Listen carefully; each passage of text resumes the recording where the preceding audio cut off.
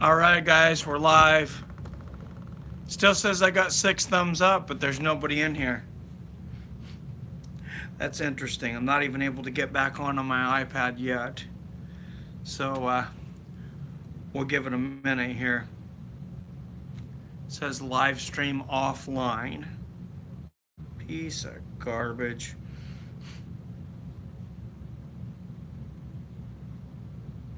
Here we go. Now we're back up. What's up, RS? That's right, RS first, motherfuckers. I just got kicked off, so now I'll start swearing. That should help.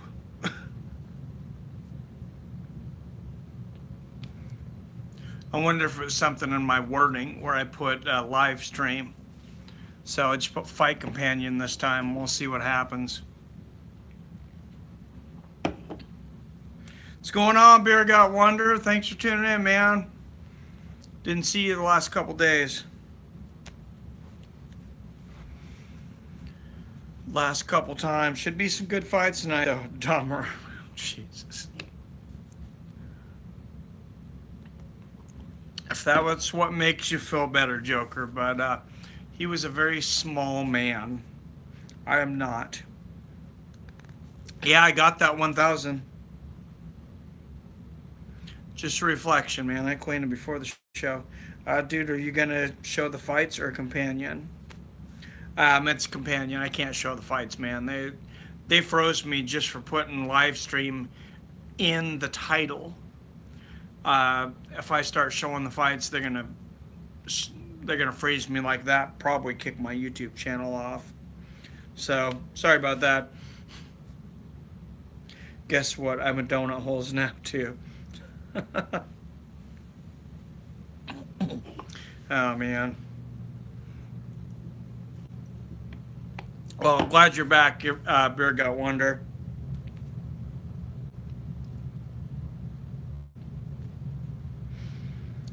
So, yeah, as I was saying before we froze, I really think they're going to try to shove CM Punk versus Floyd Mayweather down our throat and make us eat that. And it's like, I can't be more pissed about that. It's complete garbage.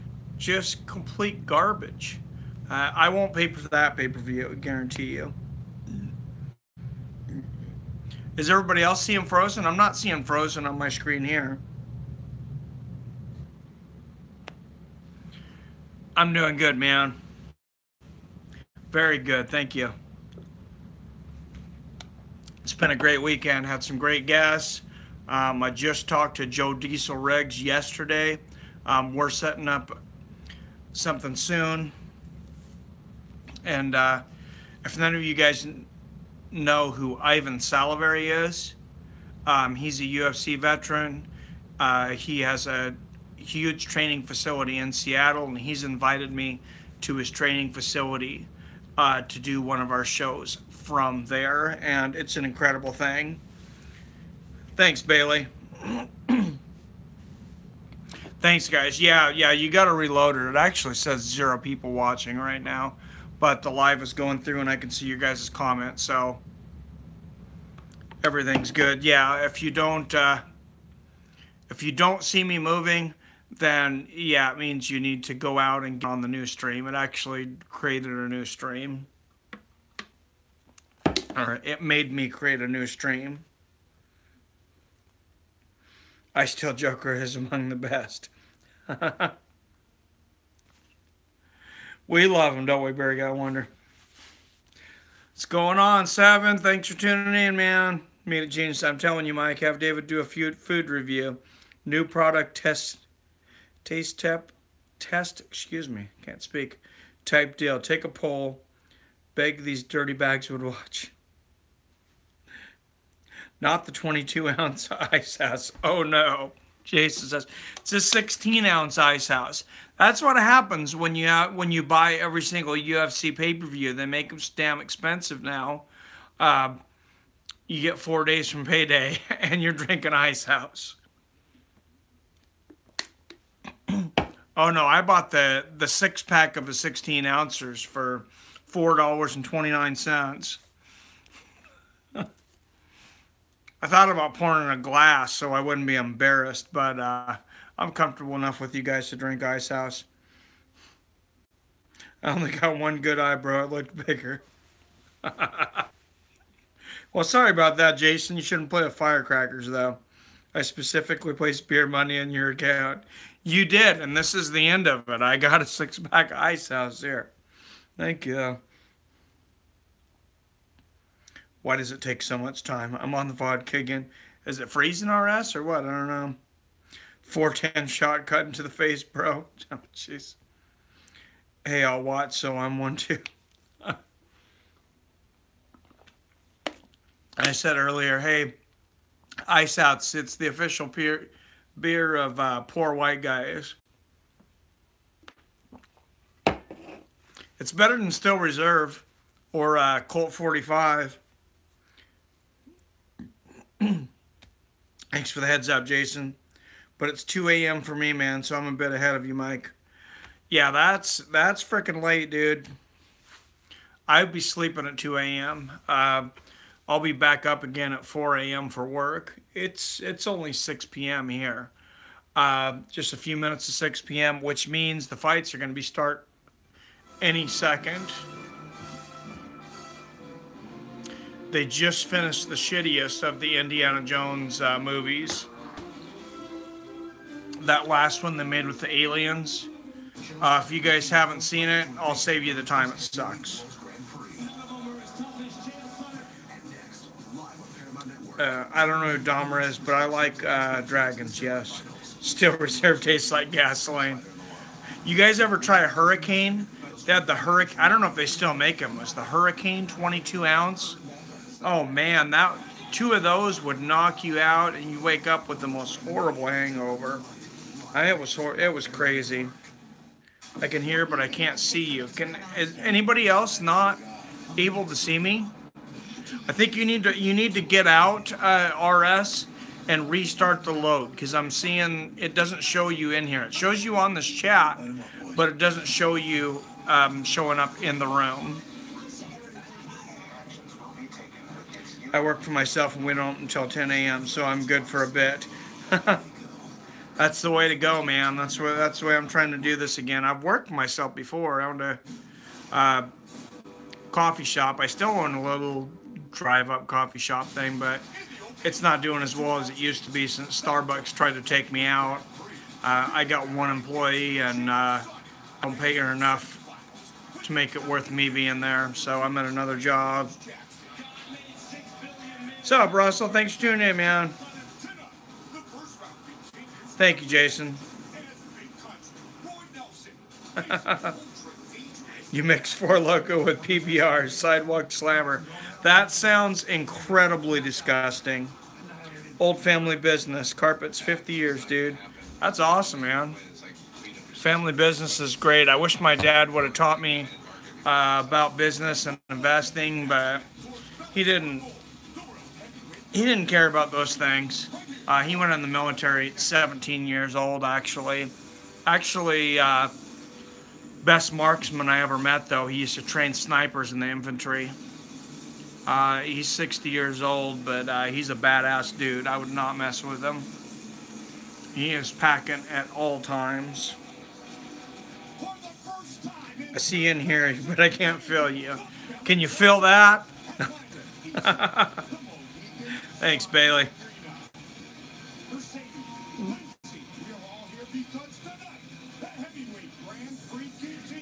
Actually, there's something real small in my glasses. If you look in there, you can see a little reflection. You can get real close to the screen. I'll show you. This is kind of weird.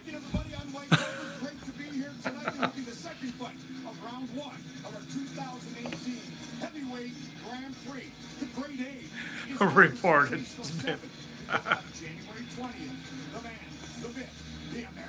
You know what's worse than Ice House was Keystone. Oh my God, that shit was nasty. Chell Sohn and the American Gangster commentating tonight. I think he'd be a great commentator. Mike Goldberg looks super old. They need to find him a better makeup guy. He's like half shaved. He looks like he's 20 years older than he was last year in the UFC. If you guys are watching this, I'm not even kidding. That's cool. My grandfather was a sniper for the Irish Guards during the Troubles. Crazy stories, man. Yeah, my dad, there's most of the stories he wouldn't tell me until these last couple of years, and then he's came out with a few things. Mike, if you could move, what other state would you move to? Probably Montana. I'm not. If I was going to stay somewhere permanently, yeah, Montana. But I mean, I want to visit every state. I'd like to travel around and spend 3 months wherever I feel like being at the time, to be honest. Belfast. He had moved to Canada. Yeah, I definitely might move to Canada. Chael Sonnen, I like Chael Sonnen's personality. I don't think he's got much of anything left as a fighter, but I love his new podcast. I think he's the greatest speaker probably there ever was in MMA. Here's the thing, the guy was not a very good fighter. I mean, he could win some fights. He's never entertaining. I mean, really, almost never entertaining. But in the fight. But he got us to watch because of the pre-fight talk. Hashtag me too. I love it. Are you in Bigfoot territory? There are reported Bigfoot sightings around here all the time. 30 miles south of me, 20 miles north of me, basically right here in unincorporated Lake Stevens. I got in my backyard a greenbelt. If you go out, but you can go back. It's not all my land, but you can go back 30 acres into woods, and there's coyotes back there. I swear there's wolves back there. They eat our cats all the time. Huge owls. It's a pretty cool place to be. He's just put Rampage. He doesn't have anything left. Well, Rampage didn't show up with a whole hell of a lot, and he just had to out wrestle him. He talks some smack. Chael was a journeyman. I agree with you there, Cap. 7, going to any live MMA events when you travel, or not into that? I like the live MMA events. I've only actually been to 3 UFCs. I went to the one in Portland with Randy Couture and Nogueira. And then Seattle, Phil Davis, and it's horrible, I can't remember who he fought. Dan Hardy was on that. Might have been Phil Davis versus Dan Hardy, although I didn't think they were ever at the same weight. I know they were both on that card. It's been so long. So long. I guess there's only 2 UFC events. Sorry, but I go to a lot of local shows. I've been to a lot of local shows. I know a lot of local fighters. Ivan Salivary, former UFC veteran. I've talked to him some. He's had some events, some scrimmages in his gym and some prelim things. There's a lot of fights going on around here. So I've checked out quite a few of them. Should go squat streaming. I thought about it. I do not have any Bigfoot stories. It might disappoint you guys, but I honestly believe most Bigfoot stories around here are people that seen black bears. The ones that are actually legit about seeing things. Because black bears, they'll stand up on 2 feet. And when they stand up, they could be 6-8 feet tall. And they're nothing to mess with. But they will run quickly. They don't like people in their area. And I've seen a lot of black bears around here, and I think that's likely what it is. What do you have to say to Chael laundering money and having his license of real estate taken?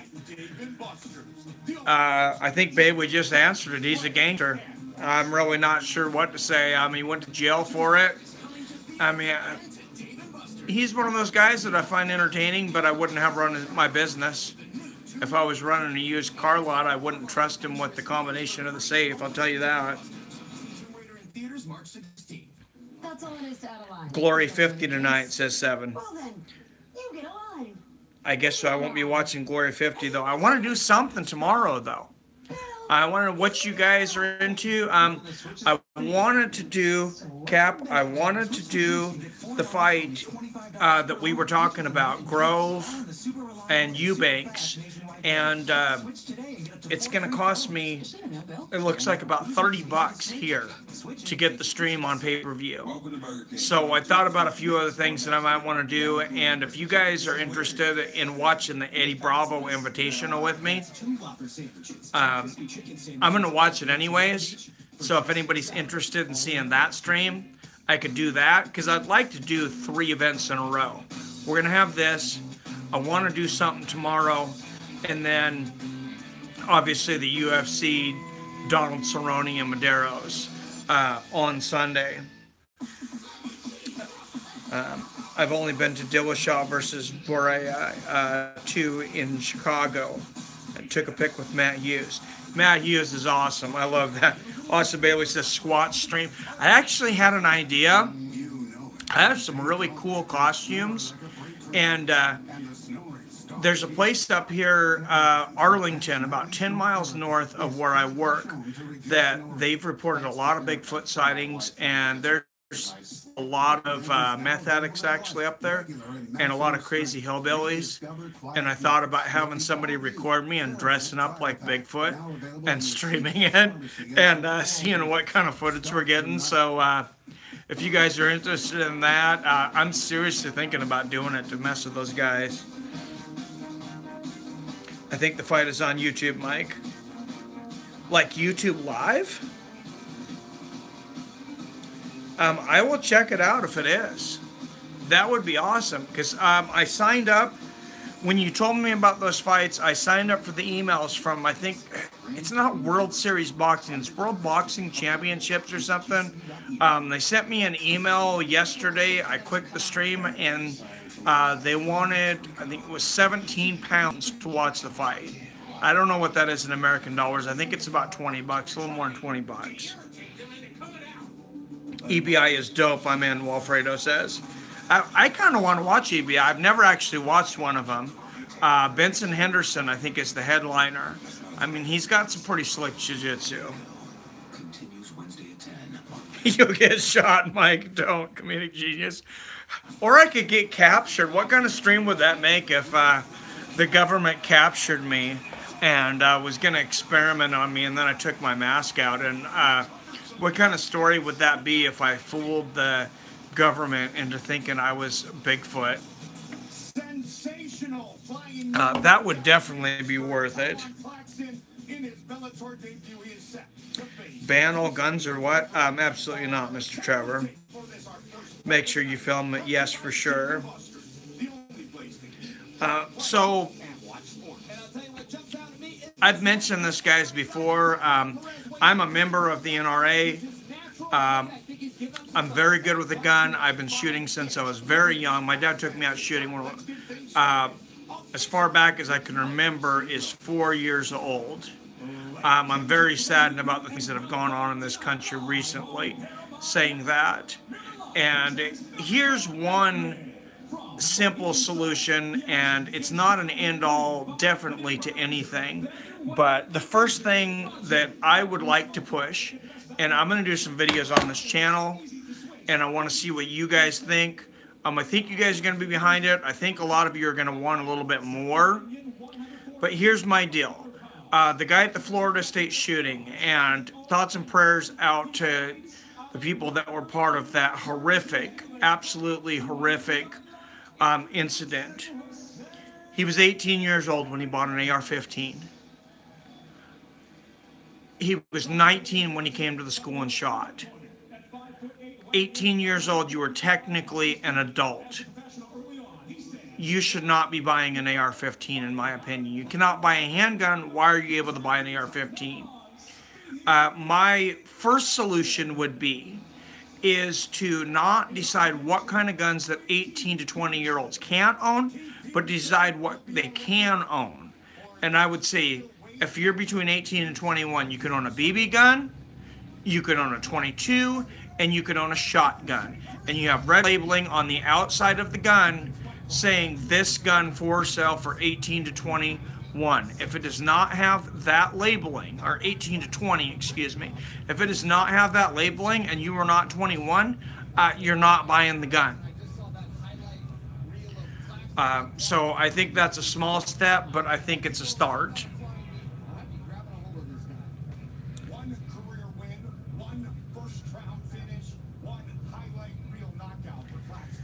Let's see. Oh yeah, if you ban guns, stabbings will go through the roof like China or Japan. I agree, Capitol Heights. And a lot of the problem in Europe is they have people sneaking up on people and throwing acid in their face and disfiguring them.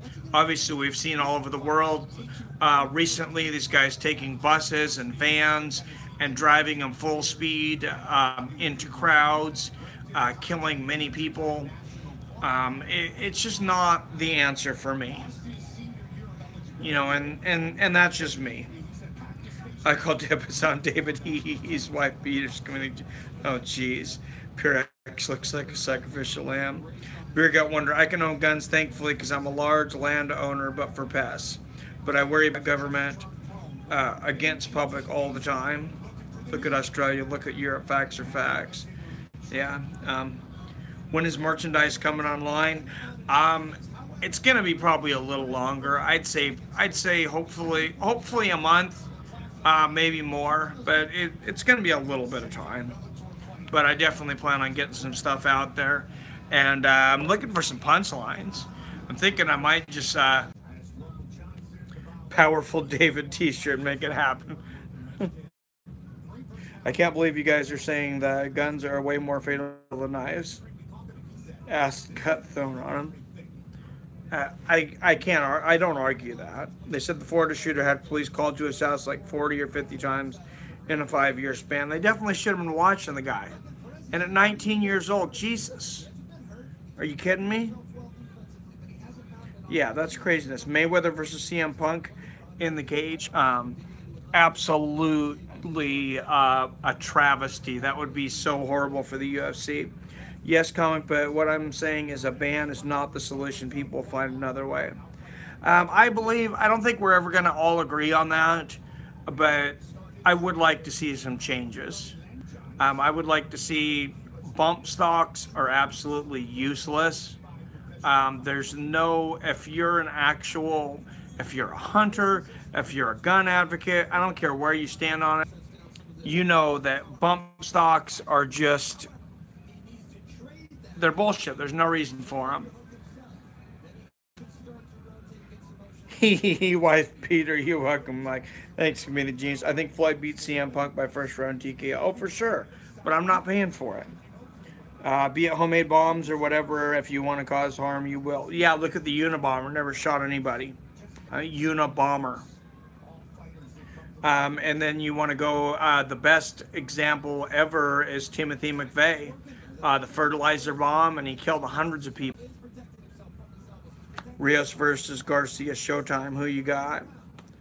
I honestly don't know enough about both of them to comment, and I apologize for that. I'm trying to catch back up on boxing, but it's been a slow process. American can't be stubborn and mind closed. Look at other countries. Things get way safer when guns are not involved. America's a great country, but sometimes it's very stupid. I understand your thought process on that, and I'm not completely disagreeing with you, but they're going to be just, how do you get them out of the hands of the bad guys? We have more guns than we have people by a long shot, and they're continuing to manufacture more and more guns every day. So both of my parents pack everywhere. My mom is the nicest grandma type you will ever see, but she's packing a pink 9mm, and she will shoot you faster than you can say jackrabbit if it comes down to that. And my dad is always packing. He's packing in church. He sits on the aisle. The pastor has him on the special seat on the aisle, and He's got his handgun there, and if anything goes down, he's not closing his eyes when everybody's praying. How about we get back to MMA? We could talk about this for months and still not agree. I agree. Thank you, Bear Got Wonder. I was just about to say that. What's going on, Algar Land? Thanks for tuning in, man. Appreciate you coming on here. It looks like we're in between rounds of the first round. They're showing Liam McGarry in the pack, warming up for his fight. I think he's in the third fight of the night. He's a good prospect. RS, how is the law in U.S.? Can you shoot someone that is trying to rob you? Yeah. Most of the time. You try to rob me, you're going to get shot. And that's just... I would prefer not to shoot anybody.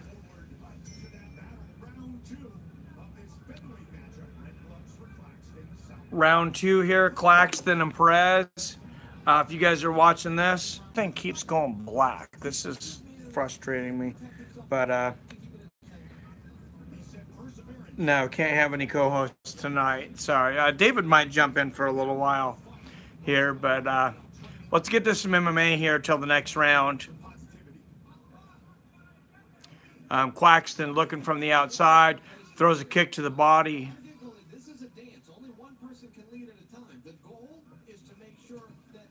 Nice right hand over the top. Claxton goes for the...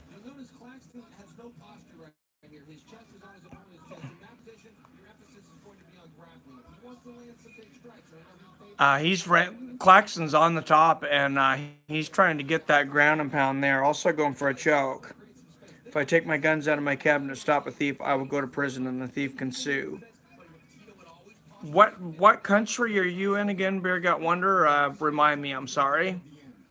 I know it's like 2 in the morning there, but I can't remember what country it is. Claxton, really some dominating ground and pound here. North Ireland, part of UK. You guys can fight over there, and you guys drink so damn much. I think that's the reason that they don't allow... No, I'm just shitting with you, but...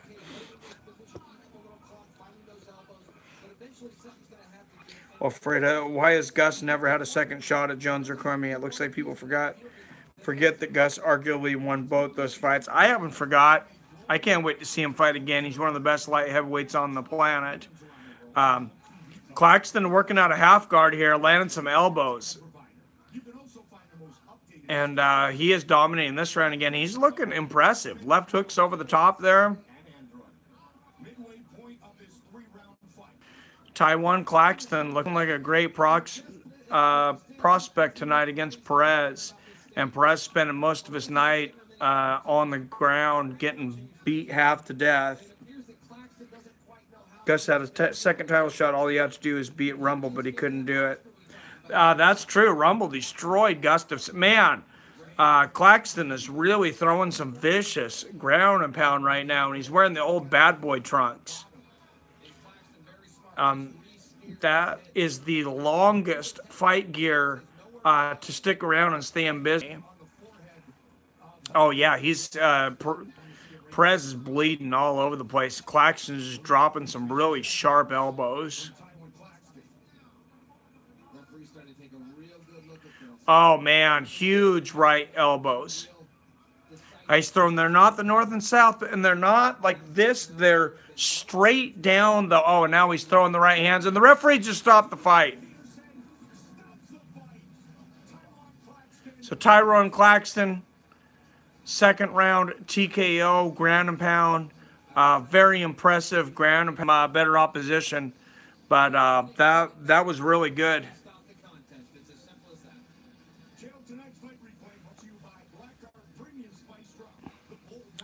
Rumble handled. Gustav needs to move up to heavy with this big ass. What minute mark are you at? Like as far as the fight or live?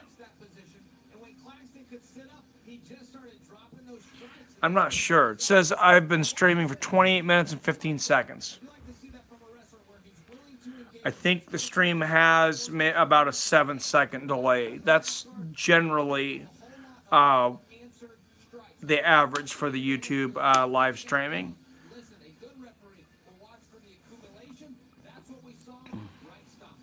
Yeah, I just took a drink beer on my iPhone, and it was maybe about 2 seconds later or less that I seen it on my iPad here. So very, very short delay. Stream keeps freezing for me. Anyone else? Bear Gut Wonder. It's not streaming on my iPad I have here, but of course that's very close to me. Gustafson needs to move up too heavy with his big ass.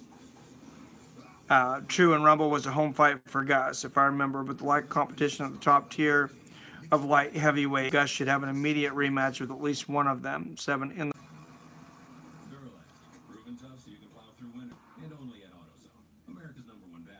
other streams were fine, just wondering. Yeah, I don't know what the deal was tonight. I think, honestly, it's something with YouTube. Because I don't think it's my internet, because I'm watching the fights to DirecTV now, and I haven't had it freeze up for 1 second.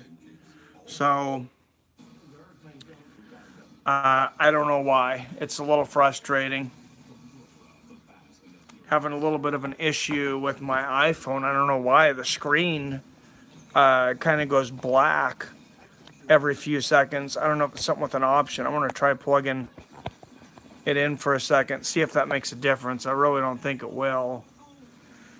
But tell the missus of Amazon. Yeah.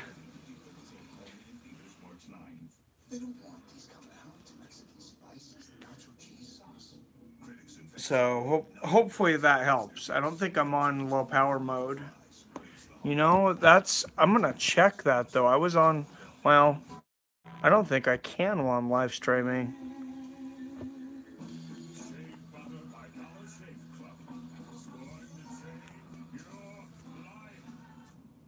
You ain't tripped or blocked out once. Well, thank you, Jason. Oh, just playing. Beer Gut Wonders is messing with me. All right. Well, on my stream, it's my screen's getting dark for a minute, and then I'm gonna go black. But I can still see it in my iPad, so I guess I'm gonna watch through that. So, but that was a good first fight. We got, looks like 5 pretty decent fights tonight. So that's pretty exciting.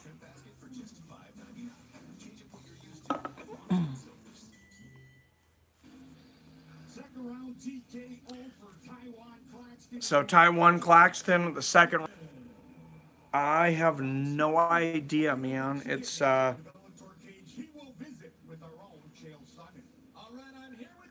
frustrating the shit out of me, though. I'm having to continue to go up and touch the screen on my phone while it's recording. God, I got that new webcam, but I don't have my computer in front of my TV, so that's why I'm back on the phone tonight. So just every once in a while, it might be annoying, but I'll have to touch up on the comments a little bit. Cut out again, dude. What the hell? Yeah, it did cut out again a minute ago, and I just have to keep on keeping on with the comments now. I say this is going to be Mitrione's toughest fight. It's definitely going to be tough. He lost the last time he fought against Roy Nelson. Of course, it was in 2012. It was in the Ultimate Fighter. And I'm going to try to get young David here for a minute. Young David.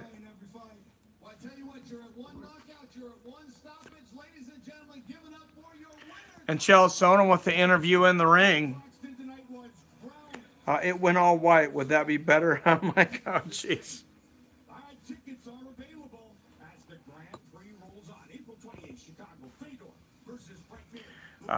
I like it to just work properly. YouTube's having enough issues with their own shit right now.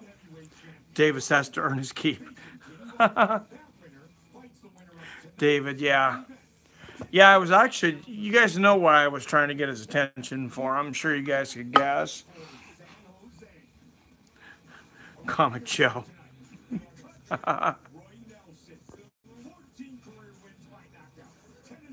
Is Roy Nelson, top 10 tournament winner. He's walking down the hallway right now, and his gut looks as big as ever. Mitrione looked really good at the weigh-in. He's on a 3-fight win streak. Last win was by TKO or Fedor. he actually looked pretty shredded at the weigh-in, and Roy Nelson weighed in with his shirt on. So I don't know if he usually does. Like, make sure David isn't pulling on the cords. Yeah, that's right. Get off the internet, David. No. David, come here. Comedic genius knows me so much. Torn Brown, I hate Bellator so much. I want him to get better. I want a competition to the UFC. One of the main reasons is I want to see the fighters get paid. But I just want to see more MMA, more great matches. I think we're headed into a golden age of fighting. MMA, boxing. Can you grab me a beer, please? Thank you. Roy Smoky Maple Syrup Nelson. I love it. What's up, Saints Child 526? Thanks for tuning in. Hey, anybody who's not subscribed, I don't think this is the first time I mentioned it, I think. Please hit the... Oh, no, that's not non-alcoholic. Nobody drinks that. Ice House. It should be in the... Should be in the smaller fridge. If it's not, it's in the big... My phone tonight, it keeps going black like every 30 seconds. I got Mitrione beating Chael in final. Because we all know Chael was about earning title shots and losing them. Pretty good, Walfredo. I don't think he's going to get past the next round, though, to be honest. Well, that's never going to happen. UFC... of all of Bellator's rosters are in the UFC. Well, I mean, Bellator got Rory McDonald. They have Benson Henderson, which unfortunately he turned to shit once he came into Bellator, so that was pretty interesting. If you guys weren't listening the other day, Will Brooks actually jumped ship from the UFC.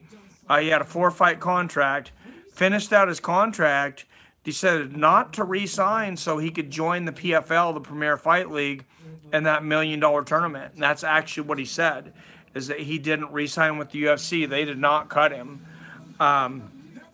so he could join that $1 million tournament. And I got to imagine you're going to see some more fighters joining Ray Cefo's $1 million tournament, Premier Fight League, $10 million, $1 million per weight class.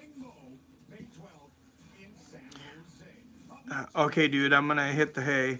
Love y'all. Peace. All right, get some sleep. Beer Gut Wonder, thanks for tuning in, man. I know it's late over there and it's tough. Up UFC signs Kimbo Slice Jr.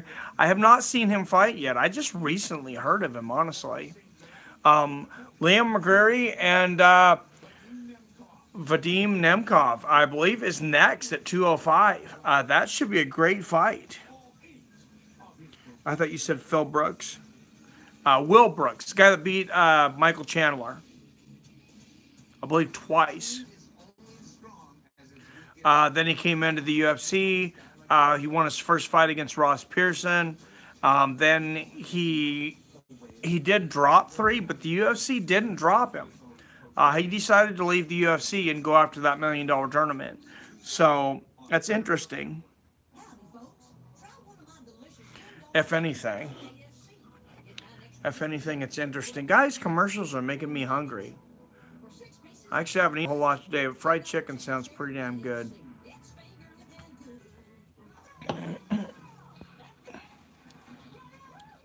Could Anderson Silva see his way to Bellator? Well, he's suspended in the entire United States by the entire commission, so it's not like he can just go over to Bellator and fight and not be suspended anymore. It doesn't quite work that way. He's pretty good. Most wins by submission and some by KO. He's a wrestler and a boxer, kind of like Kevin Lee. I'll check him out. Baby Slice already had a Burger King commercial. I have put Baby Slice as Cap. Oh, man. Interesting.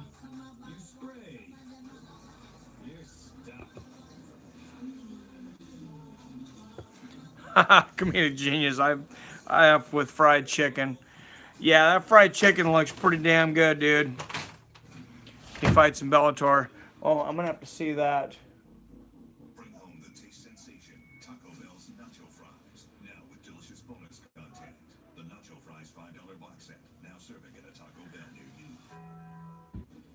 Guys, I don't know what's going on outside my house right now, but I hear voices that I don't know, and somebody is messing with my window. I'm gonna go check it out. My cat's kind of going nutty here, so we might have something interesting here. Sure. Theodore Roosevelt, our 26th Hello? President of the United States. Hello?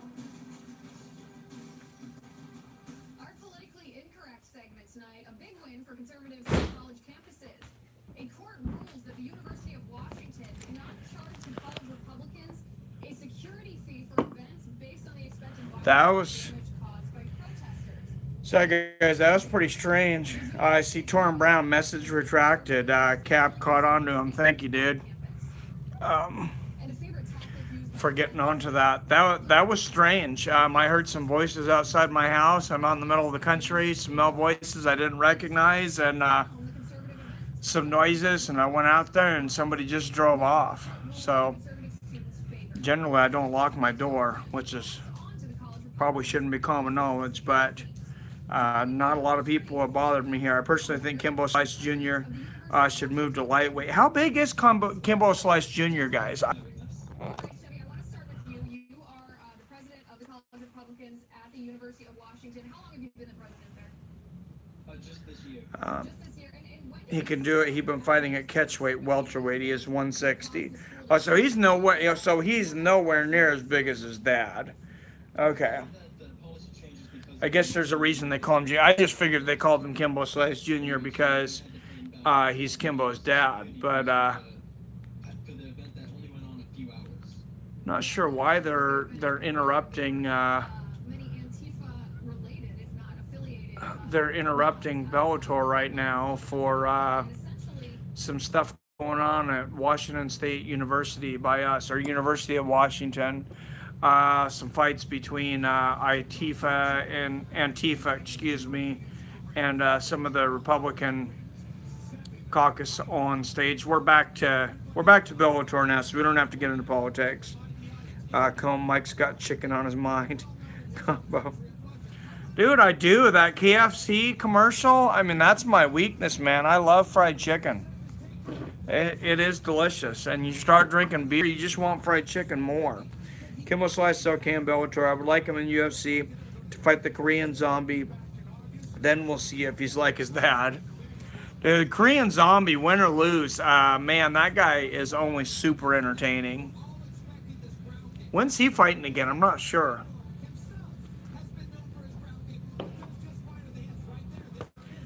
But here comes Liam McCreary. This guy is legit.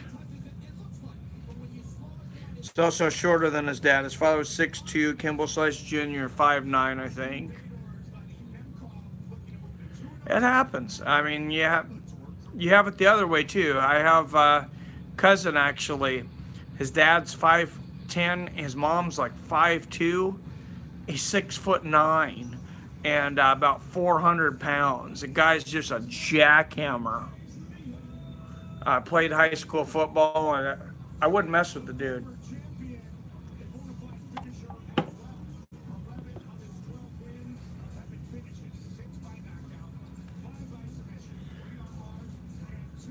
Former champion coming to the cage right now.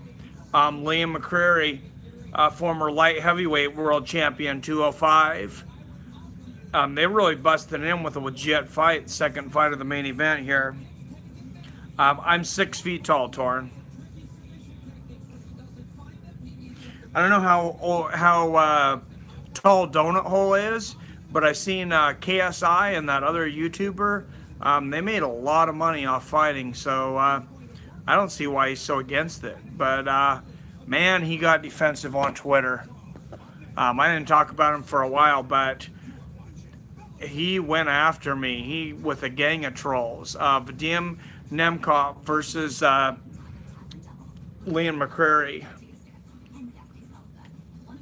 And we haven't seen Liam in a long time, but he's a great talent. Yeah, right now I'm 6 feet tall. I'm walking around about 260 right now. I was actually 190 about a year and a half ago before I broke my right foot and left ankle. Kimbo Slice Jr. is young too. He's only 25. You know, hopefully he gets a lot of good guys around him. Hopefully he surrounds himself with a lot of talent.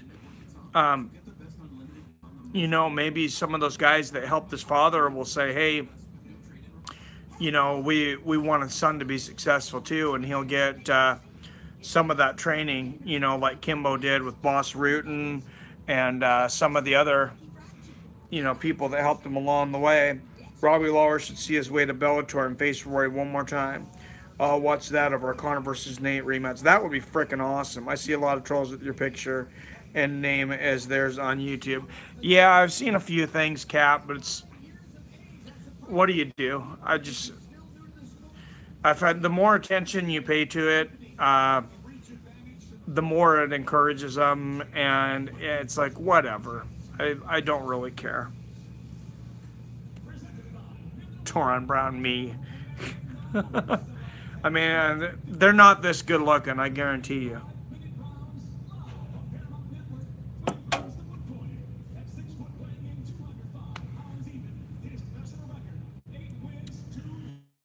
So it gets to some MMA here. Vadim Nemkov currently on a 3-fight win streak, 3 knockouts.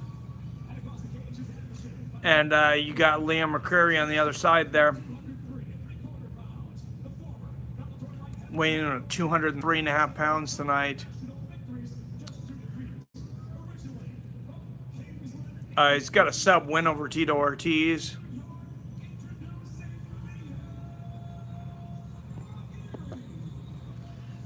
And he could be champion again. We'll see what he's got left tonight. We got Dan Margliotta in there as the referee. You ever watch Kimbo Slice backyard bare knuckle brawls? Ton of them, dude. That's I was watching Kimbo getting in those fights way before he got into the UFC, and yeah, it was pretty entertaining. I would have liked to have seen him fight Tank Abbott when Tank Abbott was more in his prime. I know they fought, that they did fight at one time, but McCreary and Nemkov here. Nemkov in the black, McCreary coming forward, setting up those leg kicks right off the bat. And a lot of front kicks. We're starting to see a lot more leg kicks, finally, in the UFC. Mark, who has stopped Paul Varelans. Nice 1-2 from McCreary here. And, you know, Marco Huas took out Paul Varelans in UFC 7, and then it's like leg kicks kind of took a break for a while, and now they're really starting to come back, especially the low leg kicks. And Liam just landed a nice low kick, like an ankle pick there. Lands an uppercut there too.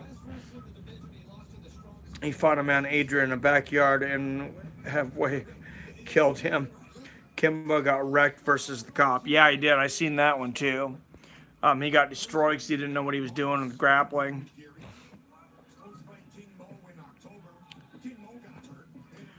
Nice body kick from Lembov.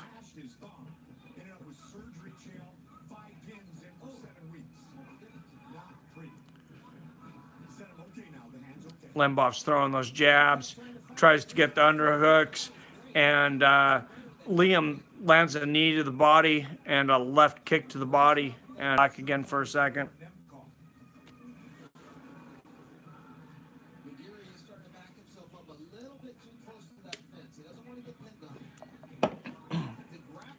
Nice 1-2 from Lembov there. He's holding his own so far tonight. Nice body kick from Lembov. Front left body kick. Underutilized move. Oh, and he's starting to throw that jab out there. Lembov is finding his range. He throws a nice right hook to the body. Misses a right hand there, but Nemkov, excuse me, is looking really good tonight. I mean, I think he's winning this first round. over the former champion. I mean, we're only 3 minutes into the fight, but his range looks good. His jab looks good. His kicks. So far, he's winning this fight. And I'll check the comments probably after the round. Nice straight right hand from Lembov.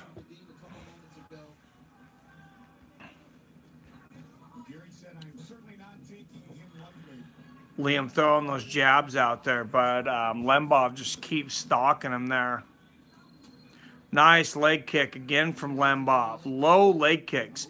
He's landing those low leg kicks. That was a low to mid, just below the back of the knee. Oh, and there's a back of the knee. He's just beating that front leg up. Another nice big leg kick.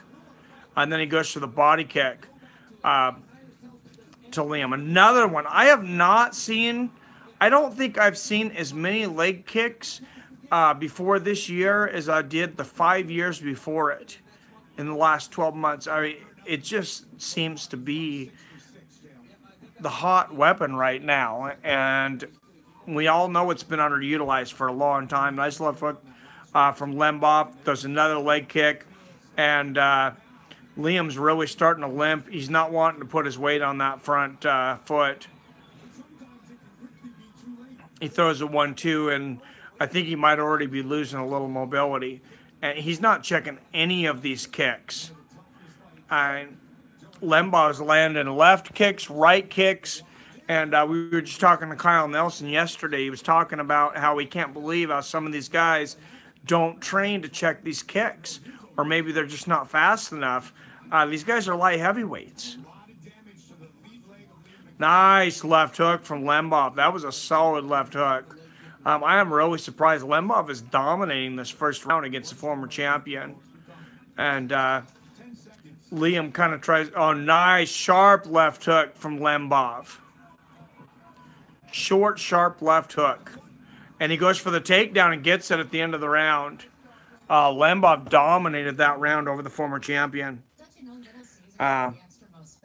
Torrance says, I wish the UFC still Mike Goldberg as commentator. I personally don't like who commentates with Joe Rogan. Cruz is good with him. It's just the other guy. The guy that came over from Bellator, Jimmy Smith, I believe. Kimbo versus Adian, comedic genius, most brutal fight. Second best, Kimbo versus Houston Alexander. Comedic genius, what do you think about Kimbo versus Brian fight? I don't know.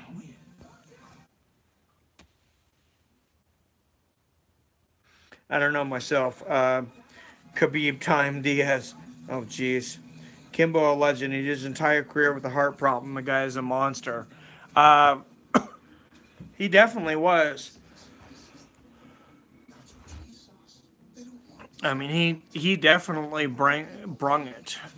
He was always constantly trying to learn. People gave him a lot of guff about, you know, some holes in his game, but he started MMA very, very late. The UFC said, you want to come on, come join the Ultimate Fighter. And a lot of guys, with his popularity at the time, would have said, I'm not going to join the Ultimate Fighter. Kimbo's like, fine, if that's what you want me to do to get in the UFC, I'll join the Ultimate Fighter. Did it gladly. Ended up losing Roy Nelson in the first round. Roy Nelson just held him in a crucifix. Nemkov up 2-1 here. At least on Chael's scorecard. I agree too. He fucked that dude, Adrian, not bad. All right, I'm gonna go back to the fight here, and then we'll go back to comments after the end of it. Liam finally starting to get that jab going there, but Lembov lands a jab back. Liam finally lands a right uppercut, and Lembov takes him straight to the ground. Oh, nice ground and pound. Right, left from Lembov. Oh, Liam's going. Oh, he was going for a triangle choke. And look, he's going for some. Went for a triangle choke. Went for an arm bar. He's dangerous on the ground. Lembov, I think he just realized that he might be making a mistake going down with him. He's gonna be content to stand there and kick his legs until Dan Murgulata asks him to stand up, I believe. But he does not want to jump into the guard of Liam McCreary. That guy's a jiu-jitsu whiz. And Liam gets back up. You know, Lembov, he's dominated on the feet so far. Why would he do anything else? I don't think he's going to. Caldwell versus Higo, defending champion, coming up. That's next Bellator on April 2nd. Liam trying to get that jab out there, but he just can't stand on that front leg very much. He's to eat so many leg kicks. And we're only 2 minutes into the second round. Another nice jab from Lembov. Right after oh, nice right uppercut and a left hook right afterwards. He is really scoring. Nice left hook. I thought this was the third round. It says round 2 up here. And Chael said he had Lembov in and winning the first 2. So I think Bellator's slacking here. I'm pretty sure this is the third round.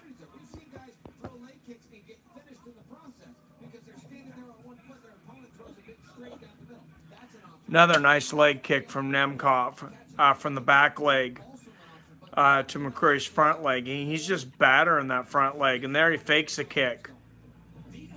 Nice left hook. That's a really advanced move. I was surprised seeing Kyle Nelson when I was interviewing some of those things. Those leg kick feints. Very, very underused move in my opinion. And it's just like feinting a jab for a boxer. Why not? And maybe feint with that front kick and kick him with the back or vice versa.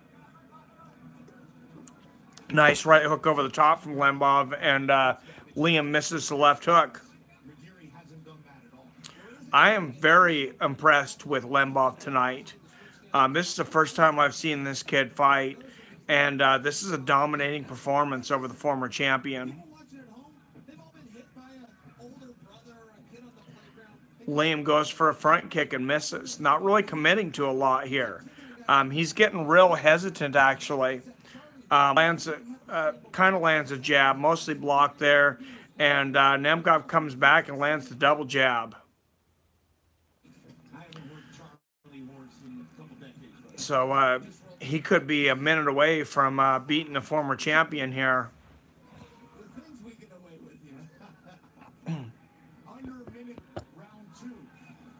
Oh, right hand over the top. Minute left, round 2, said Mike Goldberg. Nice leg kick from Lemkov. Mike Goldberg just said minute left, round 2. I'm not sure how I thought that it was round 3. I guess they haven't marked correctly, and we're going to see another round here. 30 seconds left in the second round. Another nice leg kick from Lembov. McCray misses the right hand over the top, and he's just battering that front leg of Liam. He lands another front low kick to that leg, and then he lands a right hand over the top, straight right. This guy could be a prospect to watch out for sure. Another leg kick, 10 seconds left in the round. Now, oh, big, that buckled him, and then he landed the jab afterwards. And, oh, man, another front leg kick. Liam's really limping back to his corner. I mean, very noticeably limping.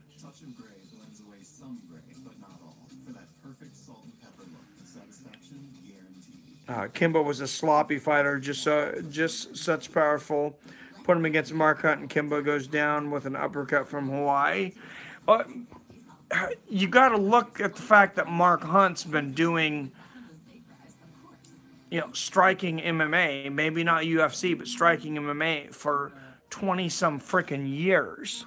And Kimbo had very little experience in it. Calvin Kattar is fighting Renato Magana at UFC 223. What do you think about that scrap? Because I personally like it.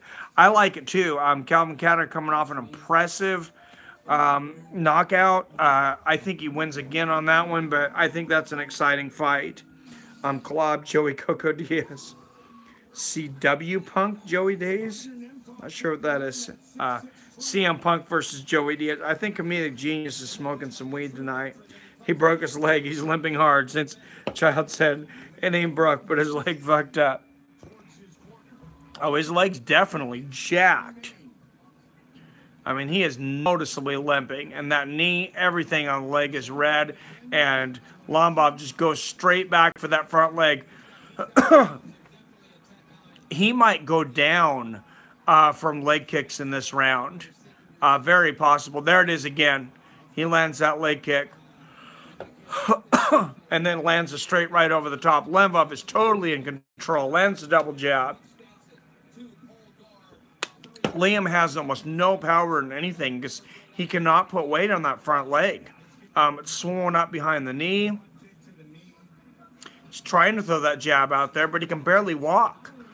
And Lombov lands another front kick. I wonder if Liam does not practice southpaw, fighting southpaw a lot, and Nemkov takes the takedown, gets the takedown, and then gets right back up because he doesn't want to be in the guard of Liam. But excuse me, I'm surprised Liam didn't switch to southpaw there, and I wonder if he's not very comfortable with southpaw, but he obviously can't put much weight on that front leg right now. Liam kicks him Kempdorf kicks Liam in the body as he gets up. Another big leg kick. Now he's going he did switch to southpaw for a second. And Lombov just punished that front leg there. And now throws a 1-2. This is just a dominating performance. This guy is a beast, and for some reason, nice left hook. Leg kicks are just one of my favorite weapons in MMA. Maybe more fulfilling than a. Oh, and he just knocked him down with a leg kick there to that back leg, and Lombov's going to go with some ground and pound here.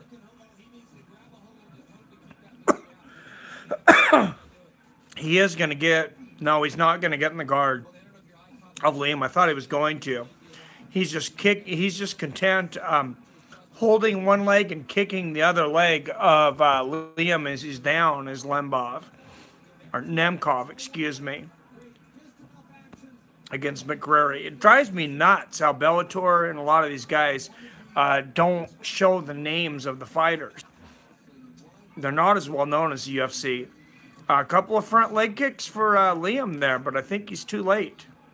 Too little, too late. Oh, man, that really, really hurt Liam. Nemkov landed a brutal front right kick, and you could hear Liam just yell out in pain.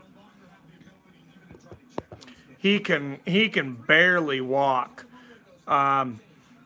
Mike Goldberg said he doesn't have the ability to check those kicks at this point. He hasn't not been checking them the entire fight. Another front kick. I don't think he's checked one leg kick the entire fight. Another huge leg kick. How do you get to this level? Kyle Nelson was bringing this up.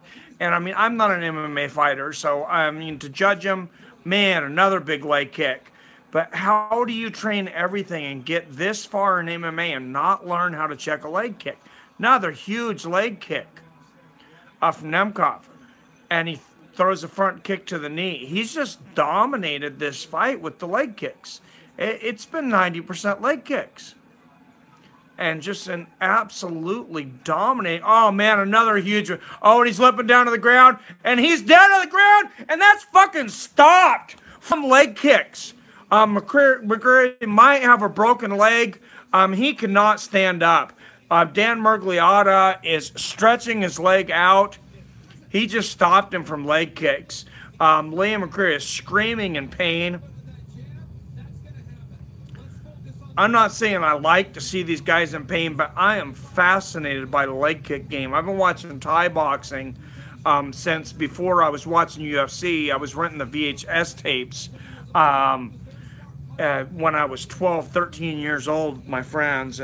That was insane.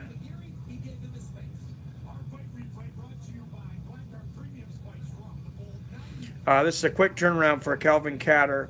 Torrin Brown said, I just fought last January. I also heard Nate Diaz will be fighting Kevin Lee at UFC 226. Just a rumor, not official. There's a lot of rumors about Nate Diaz out there right now. The only guy I think he's fighting is Conor McGregor.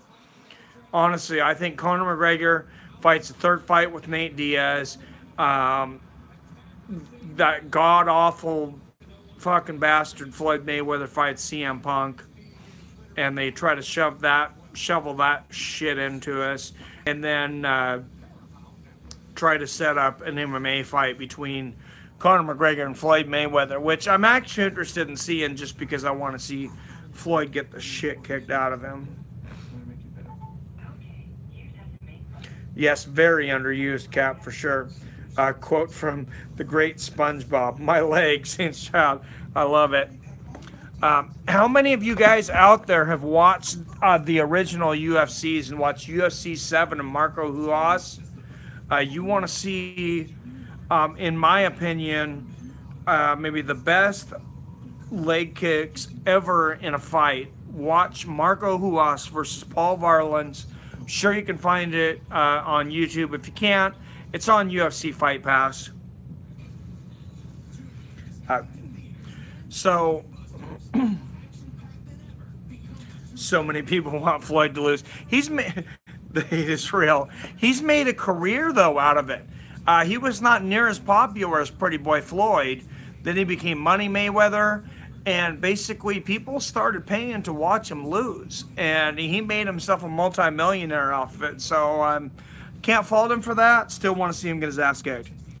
How about Aldo versus Faber? Aldo murdered his legs. Oh yeah, absolutely. Floyd is a genius. Floyd is absolutely a genius. I agree with you, Orland. I mean, he may not be my favorite fighter, but one of the most talented of all time, and just mentally a genius. The guy's got mind games. He throws it down. Dude is great.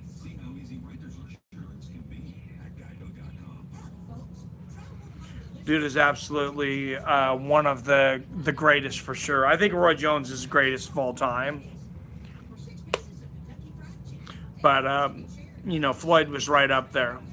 Very, very, very good. Kimbo Slice Jr. is genius, and I must say he was better than his dad in the sport of MMA. His business IQ and fight IQ is ridiculous. I think Overland was talking about Floyd and that, but yeah, if he did, I didn't realize that. But yeah, Roy the GOAT. Glad you agree with me, Cap. Man, that guy. If you guys haven't watched some Roy Jones Jr. fights, and I'm gonna upload a few of them. I don't know how many of his fights are out there on YouTube. I might try to upload a few of them to see if I get kicked, but I actually have on DVD, I recorded almost every Roy Jones Jr. fight. I was watching him up to about his 60th fight, I believe. I had every single one recorded on DVD. All the way from Park Si-hung in the Olympics through his entire professional career. I have the same thing with Mike Tyson. I have every single Mike Tyson fight on DVD. It's in a one of those binders. I know Floyd Mayweather is the greatest boxer ever. Roy Jones Jr. is one of the greats, not on the same level with Mayweather. Torrin Brown said, I just don't think Mayweather fought the competition. Mayweather didn't take the chances that Roy did. And Roy, you got to remember, Roy started fighting in almost Mayweather's weight. He fought at 154. He queened out 160. He queened out 168. He queened out 175. He jumped over cruiserweight. He went to heavyweight, won the heavyweight championship, went back down to light heavyweight, beat Antonio Tarver in a match where he was dying from the weight cut after losing that muscle back. Still beat him again. And I think some of those knockouts late in his career, there for a while, you know, it was an effect from gaining and losing so much weight. But I I just don't see anybody being greater than Roy Jones Jr. I can respect that you can argue Floyd Mayweather, though, and I can see why you would argue that. Pat Barry only got like 8 wins. Ain't no way in hell he had 3 leg kick stoppages, says Cap.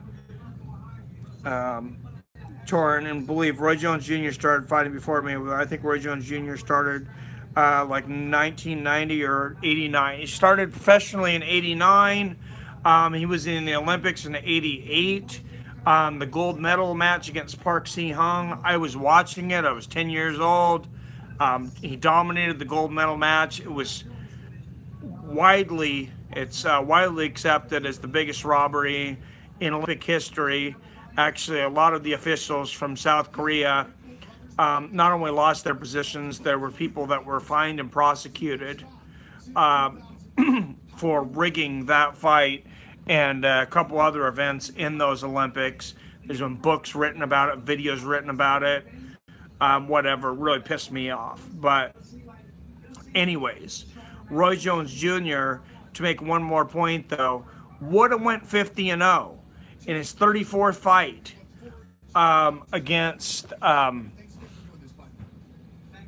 Montel Griffin. He was dominating Montel Griffin, and much like John Jones, got disqualified. But the difference is John Jones hit Montel Griffin a couple times, not very hard when he was on a knee. Montel Griffin faked like he was knocked out.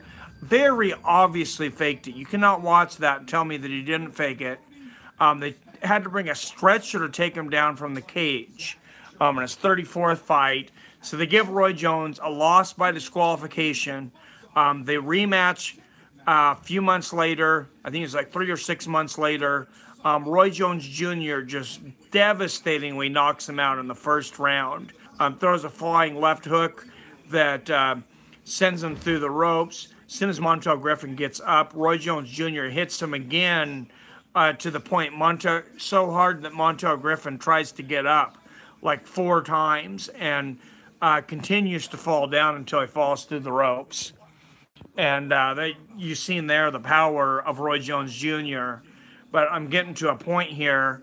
If not for that bullshit disqualification, which should have at the least been a no contest, Roy Jones Jr. would have actually went 50-0 on his first fight against Antonio Tarver, which he won. And I think at that point there would have been no doubt they would have been calling him the greatest of all time. But that's my spiel on that. Obviously, I have a little bit of a bias for Roy Jones, but Danny Green beat Roy Jones Jr. very late in his career. Very late in his career. I think he was pretty much shot for a while. Roy Jones, after gaining, he went from 175, gained 25 pounds of muscle, and dropped right back down to 175. I don't care who you are. I don't think your body's meant to do that. To gain 25 pounds of muscle and then lose it. Mayweather turned professional in 96, Tom Brown said. Just text Sherdog. Just check Sherdog. Yes, 3. Checked. Danny Green, I think people forgot how great Ray Leonard was and Marvin Hagler, Bernard Hopkins. What about those guys? Bernard Hopkins was great.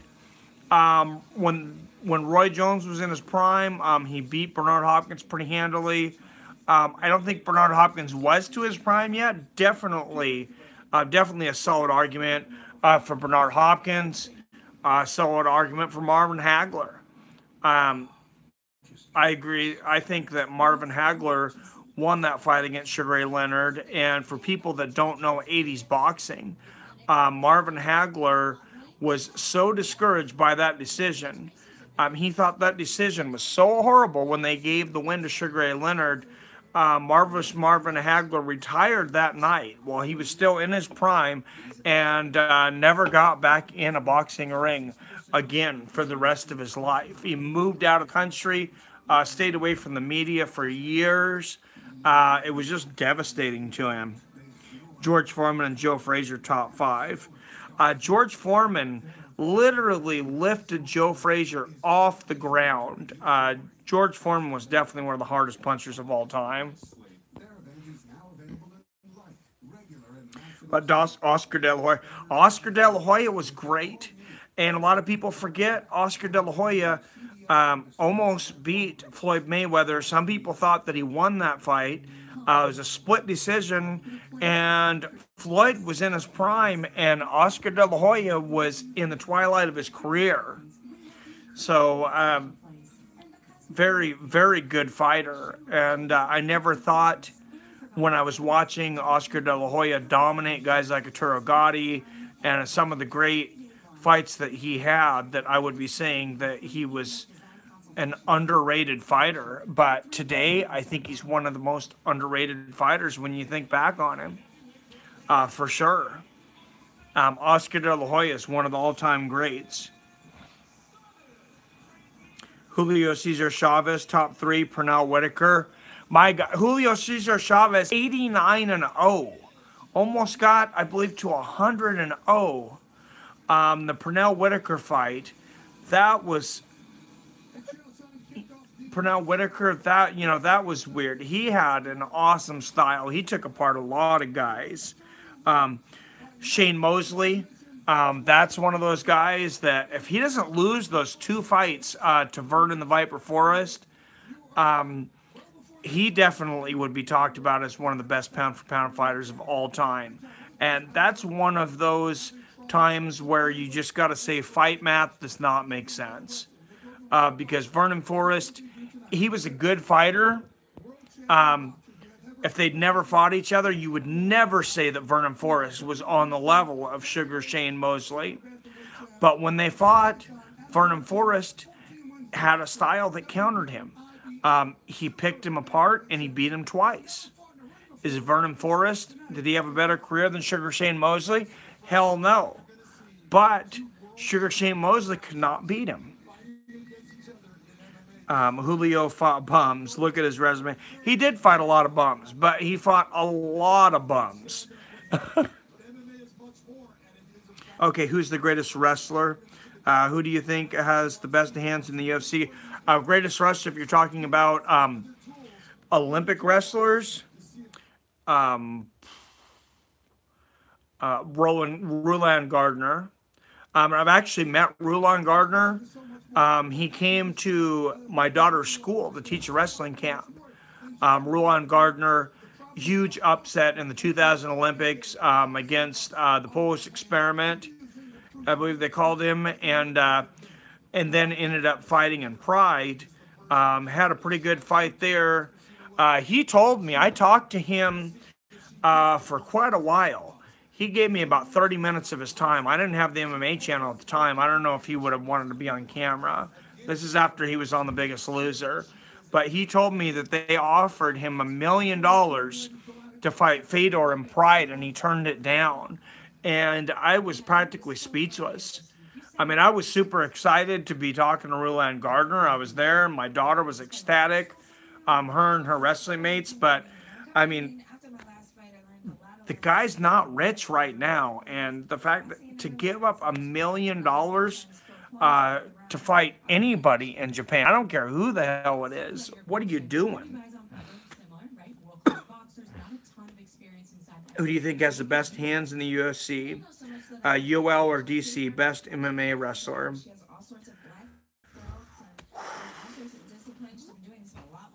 It's almost a tie between those two. That was very, very hard. You know, you can't underestimate John Jones. You can't underestimate John Jones because he fought DC twice. DC was not able to take John Jones down. John Jones was able to take DC down. So Yoel Romero was a great wrestler, but what about GSP? That guy could get guys down, and they were not able to get up. Between the two, I'm going to say Romero just because I've never seen him be out-wrestled, but that's a very close one. WWE, I don't really watch WWE, sorry.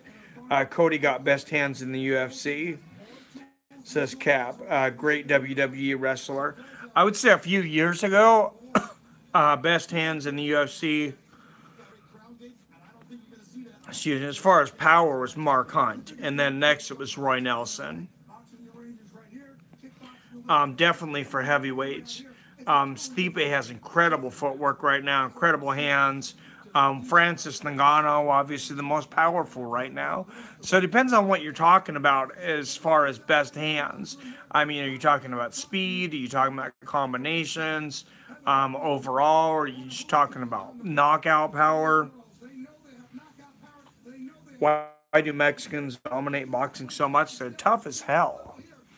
Absolutely tough as hell. And there may be something to the structure of their skulls from growing up in Mexico. Some of them, they said Julio Cesar Chavez's skull was actually twice as thick as a normal man's skull. And I don't know if that is a Mexican trait, but I mean, it seems like they're just tough as hell. Whether they win, whether they lose, they always come forward, and I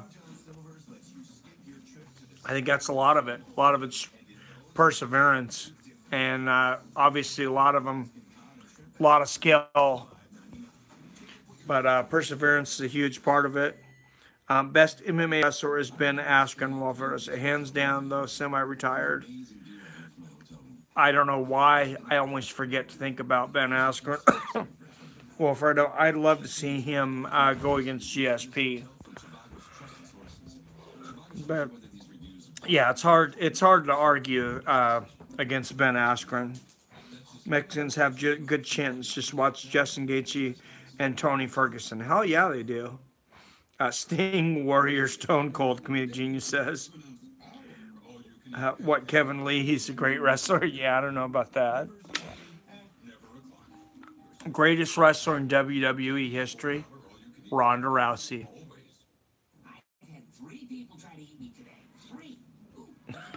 I mean, who could point at a sign 3 times like that with that deer in the headlight look? I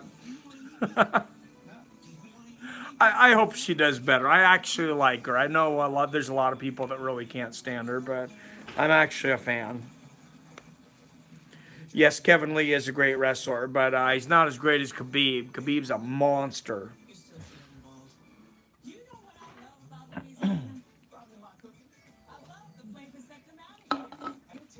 Yeah, let her do the things that she does well. Let her get in there in the cage. Let her do that mean mug thing, not pointing to stupid signs. I wouldn't even write a script for her. Just let her do her own thing. Let her do those impressive judo throws. Let her do the Aponse Nagi, the hip throws, the Tayatoshi, which she's great at, the transition into the armbar, the chokes. I mean, it's all great. It's all entertaining. She dominated so many women for a while so quick in the UFC. Just let her do that in the WWE. She's not a talker. Obviously, she was very nervous. I hope maybe she can become a good actor someday, but obviously we haven't seen it yet. Just a lot of commercials right now. Apparently that fight ended, something ended quicker than what they thought, and it's a lot of KFC commercials. So I'm Hungry Mike right now, watching these KFC commercials. Thank you, Browns Nation. Thanks for tuning in, man. Subscribe last time. Thank you very much. Anybody who's not subscribed, everybody please subscribe tonight. You should be seeing Super Chat tonight. If you can at all, if you can donate, all donations are obviously very appreciated. I'm making nothing off of these things, guys. And honestly, all 3 videos that I uploaded today, earlier, all 3 were demonetized. It looks like YouTube is pretty much demonetizing anything that says fights in it. So pretty much almost any money I'm going to make is going to be on Patreon. Once I get that going, PayPal donations and Super Chat. And that's pretty much the whole thing. Thank you, Jason Rodriguez. I appreciate it. That definitely does move me up the algorithms, and I have noticed the ad revenue go up since getting more subscribers. That's very helpful, and it keeps me on Super Chat. Greatest NBA players. Wow, we're getting a ways away from MMA. They're coming down to the cage right now. My greatest of all time, Michael Jordan. I know that's an easy thing to say, but I watched him. Couldn't wait for him to lose for a long time. I was a huge Seattle Sonics fan being here in Seattle. Couldn't wait to see Gary Payton and Sean Kemp get that championship. And somehow Michael Jordan just managed to do enough to beat everyone. Thank you, Jason, for subscribing. Oh, yeah. Hey, nerds, I donate. The man is drinking ice us. We can't have that.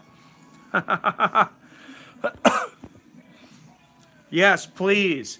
Please donate. At least get me some Bud Light next time around. Roy and Matt. I got Matt. How can I donate? It's there on the Super Chat. I'm also going to put This Is Me, if you see in the type. Weapons of mass destruction. They definitely need to bring the Sonics back. I will, if I can at all, be there for the first time when they finally come back for that first game. I definitely will be. So my other channel is Weapons of Mass Discussion. I'm going to put the link here. It's going to be PayPal. And I'm going to put some spaces because they're going to erase this link if I don't. But there's no spaces in it. PayPal.me and then / fights with friends. The whole thing.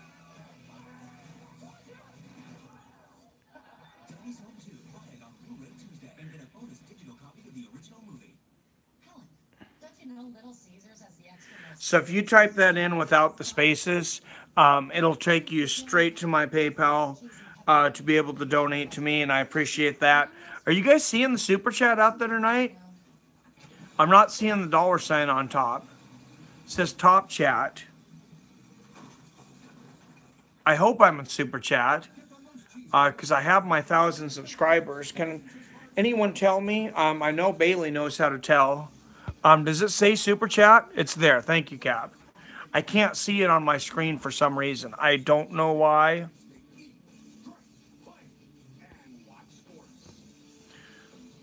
Looking at some of the options I have to edit here while I'm streaming, but there's really there's really nothing. Yeah.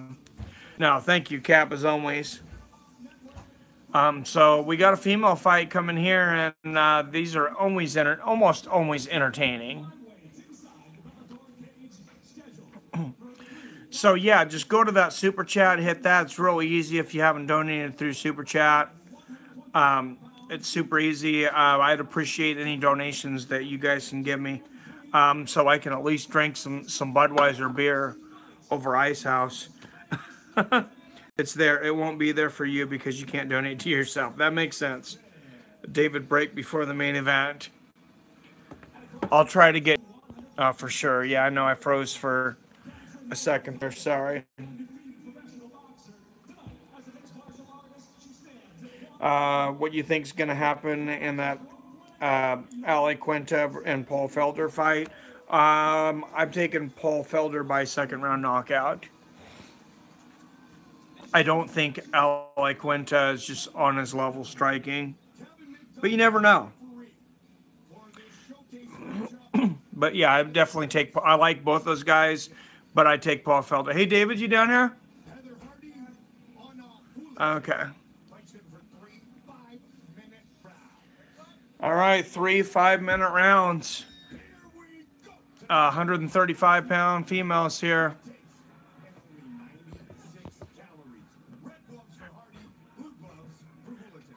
Hardy and Hooligan, not hooligan, Hooligan. Hardy with the red gloves, Hooligan with the blue gloves there. Houghton's got a southpaw there. Hardy lands a big right hook and immediately goes for the grasp there. And then Houghton gets the underhooks. Looks like she's got double underhooks here. So we could be going to the ground there. Hardy's got good hip control there. She does not have double underhooks anymore. Hardy was able to get out of one underhook there. But Houghton's pushing her up against the fence, lowering those hips. That's one facet that only surprises me too. If you know wrestling and you know judo, when you're trying to throw someone, your hips should be lower than the person that you're throwing. And I just kind of like the underutilized leg kicks in a lot of fights. I just don't see fighters dropping their hips enough, in my opinion. I'm not sure why that is. I'm not sure what I'm missing there. But Houghton's got Hardy up against the fence, throwing some body shots. Those are Charlie horse side of the thigh there.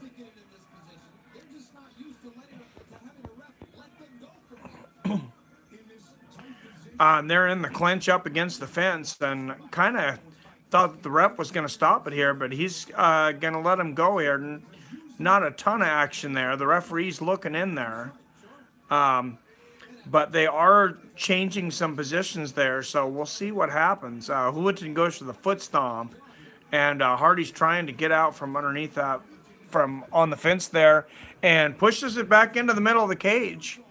And they're still holding. Hardy throws a big knee to the body, and then a right hook to the body, and Houghton pushes her back into the fence again, continuing to go for that takedown, and Hardy just continues to fight it off. Houghton might have just put herself in a guillotine. Hardy's leaning back with the guillotine. This looks deep. She's dropping down. Hardy's dropping down on Houghton in the guillotine here. Chael says she doesn't have it. It's hard to see because the camera view was just a view of Houghton's butt there for a minute, the one that's getting choked there. Not sure why they're not turning it the other direction. And now they turn it the other direction, and I can tell she doesn't have it. She doesn't have it sunk in. I don't think Bellator does near the job on their camera angles as the UFC does, but hopefully they continue to get better. Nice hammer fist to the back and the legs of Houghton from Hardy, and she's still trying to avoid that takedown. Houghton's got a leg. She's got that single leg. She's working on it, and Hardy's pushing Houghton's head down as hard as she can. She's going for a guillotine. It looks like, again, looks like she's a little bit deeper on the throat there, but doesn't look like she's completely under the chin. But again, we got that bad angle there. No, she doesn't have it. She doesn't have it deep enough. She doesn't have it completely underneath there. So the referee's really watching there, but I just don't think she has it. She's definitely constricting her airflow, but she doesn't have the leverage. I think if she was 2 inches taller, she might, to be honest, which is very helpful with the guillotine. And Hardy gets the double underhooks and throws Houghton down to the ground, gets her back. Gets her back here, has wrist control on one side, and she's throwing down right hooks and hammer fists on the ground. Nice ground and pound. Houghton goes to her knees, and Hardy's trying to get on the slip. She's close to getting underneath the chin here. Again, bad angle. There, it looks like she might be underneath the neck there. The referee's really looking in. Houghton's gasping for air. She's constricting. You can get that choke. You can get a neck crank from there, too. She's got that sleeper hold. Maybe not complete, perfect technique, but she's definitely constricting the airflow there, but only 10 seconds left in the fight. And pretty dominant last 3 minutes of the fight by Hardy. Looks like Houghton's going to make it through the round. But very dominant there at the end there. Very nice. Cap says it's there. It won't be there. Oh, sorry. I was going back. I believe he is on his level. Paul Felder gets hit a lot. Alan Quinta hits hard. I believe he will KO Paul. You could be right, Torn. I don't know. I mean, I'm barely above 50-50. I did okay on my UFC pick'em last time. I barely beat Bailey, I think, by a few points, but it's really hard to call a lot of those MMA fights. Does Quinta still have beer with the UFC, or did they renegotiate a beef? I think he's trying to say Ally Quinta signed a one-fight deal. I believe he told him it was somewhere like around $150,000, and I'm just gonna fight once. And kudos to him because he got a ton of money. He's only fighting once, but he's making what a lot of people make in 2 to 3 years. 15 minutes of work. So good for him. And we're going into round 2 here. Comedic Genius says no. Decision for Iaquinta. Hardy's clinch and ground game trash is F. Says Cap. I really believe Iaquinta is too fast on the feet for Paul Felter. He's very stiff and slow. I mean, don't get me wrong. Paul Felter's a good fighter and a striking. He's just kind of stiff. Hey, I respect your opinion, and that could go either way. I can't wait to see that fight. I think it's going to be a good fight, though. 30 seconds into this first round, not a lot happening yet. Now Hardy clenches and gets taken down from Huatin there, and Huatin's working from inside of Hardy's guard there. We'll see. It's always interesting when a fighter really loses that first round and then they're able to adjust and a lot of times come back and win both rounds. I think it's one of the most impressive things in MMA, honestly, to adjust like that, to see what you did wrong and do something completely different and counter what happened to you basically when you got your ass beat for 5 minutes.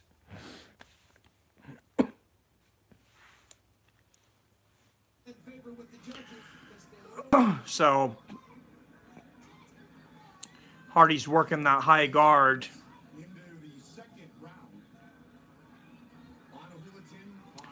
Huatin's, she's trying to get up higher. She's almost worked a half guard there. She's not getting the ground and pound down. She's just trying to push Hardy up against the fence.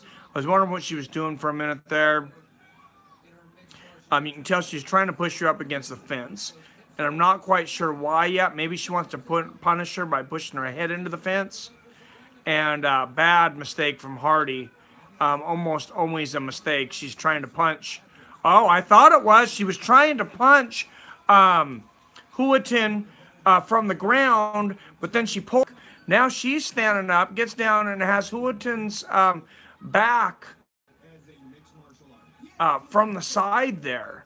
Not from behind, but from the side. And she's throwing the ground and pound down, and now all of a sudden, Huatin's in a really bad position. That was a really weird transition. Huatin was throwing punches from the back, ends up grabbing an arm and sets up a reversal and transitions to the back. Now she's going for a key lock. Thank you very much, Adam Haragashi. I'm not sure how to pronounce that. $10 donation. Thank you very much. Appreciate it. Oh, man, nice ground and pound from Hardy. She's throwing down the right-hand hammer fist now. Unabated. She's grabbing the right wrist of Huatin so she can't defend herself and throwing wrist control, holding the wrist down, and then just bashing with that hammer fist. I think that was the way to go there. Now she's going to go with some more ground and pound. She got her back. She's got her back mounted. That's interesting. Now looks like she's just trying to grab an arm. She's trying for several different submissions. Kind of like she can't make up her mind. I think maybe she should have stuck with the ground and pound. She's still got a minute left to decide what she wants to do. And she still got Huatin's back. And it looks like she's going for some kind of neck crank here. And she's also cranking the shoulder of Huatin there. And Huatin's out, though. Now Huatin's on top. So in my mind, big mistake for Hardy there. That was... that didn't work out well for her. Huatin now in Hardy's guard, but Hardy's on top. Huatin's pulling the head down. Hardy worked very well from her guard, but she was in a dominant position. So, big mistake to give that up, I think. She continues to pull Huatin's head down. Hardy definitely comfortable from her back, but why give up the power position? She's trying to go really high. She's trying to go for an armbar here. And that is it for the rest of that round, though. Huatin makes it through another one. It looks like Hardy probably won that one again. But she had her moments. Hardy's clinch and ground game trash as F. Yeah. Definitely had some weird transitions there, Kat.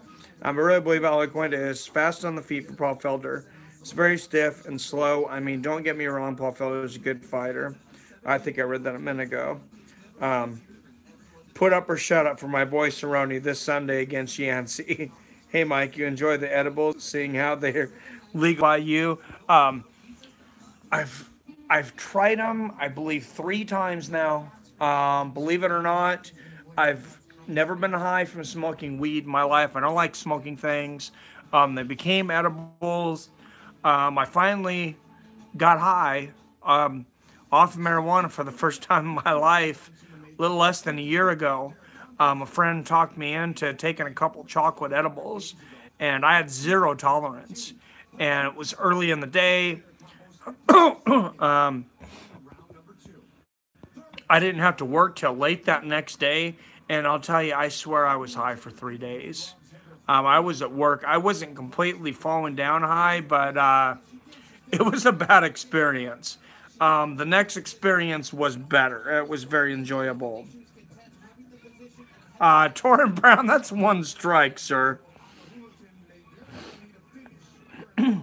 Yes, edibles are dangerous, but they can be fun as well.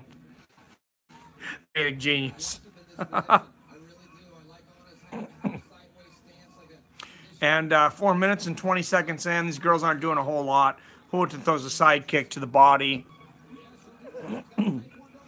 The leg kick, and Huatin's going to try to get these double underhooks, pushing Hardy up against the fence again. But kind of looked like Hardy was kind of tickling Huatin a little bit under the armpit. I don't believe that's illegal, but kind of a strange move. She grabs a wrist there, but Huatin's got a leg. They exchange a couple punches in the clinch there. I wish they would stand and bang a little more, but see them in clinch a lot, and Chael just mentioned that's why in boxing, when they get in the clinch, they separate them all the time, because that's a break in the action. And I think most referees probably would have broke them a few more times. And actually, right there, he breaks them in the clinch as soon as I say that. Interesting, and he's going to stand them back up. And we'll see if they actually go and try to strike here. Hardy throws a right hand, lands it over the top there. Huatin goes for a weird spinning kick almost to the back of the head of Hardy. Misses, and Hardy's going to go back to the clinch and kind of grab Huatin in a headlock here. Huatin's going to push her up against the fence again with wrist control, and we're right back in this clinch. Seems to be where these two fighters want to be, but nobody can seem to get anything done out of it.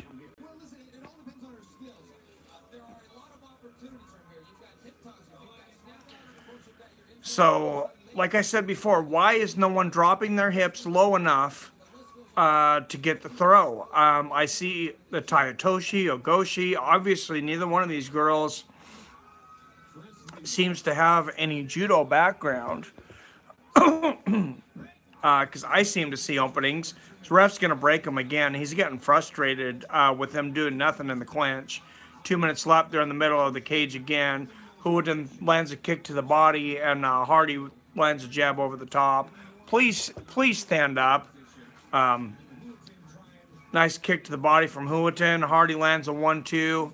I like grappling, but these two, they're not grappling. So they might as well strike. Nice exchange of hooks there in the middle of the cage. And back in the grasp there.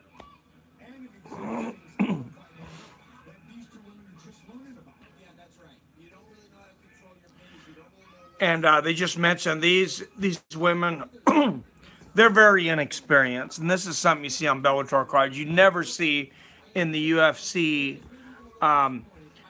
two people in the main card. And I believe these girls have like 4 professional fights combined. I think one's like 1-0 and the other one's like 1-2. I'm probably wrong on that, but I know very, very little experience. I remember looking at this morning. Punk's like 180, Wolford says. CM Punk way tall and bigger than Mayweather. Punk, it's like 210. Mayweather is like 150 or something. How can the UFC possibly make that fight? Doesn't matter. Mayweather still dominates him, though. I don't know if it gets sanctioned. 30 seconds, final round, and I'm ready to be out of my misery in this fight, honestly. I'm ready to go to the next fight. There wasn't too much exciting happen in this fight. I imagine it's probably going to be a decision for Hardy. They're both going for hip tosses. Neither one of them is able to get a takedown. And Hardy finally gets a hip throw and gets reversed. And Hooten lands up on top. Kind of a sloppy match there. Thank you, Yvette. I appreciate it. Anybody who's not subscribed, you please subscribe. I appreciate it. Thank you for all the thumbs up. Anybody who hasn't hit that thumb up, if you hit that, that's greatly appreciated. And the $10 donation earlier, thank you very much for that. You can donate to me in road to 10,000 subscribers, says Brown Nation. Thank you. That was a horrible fight. I absolutely agree, Cap. That was painful to watch and painful to call.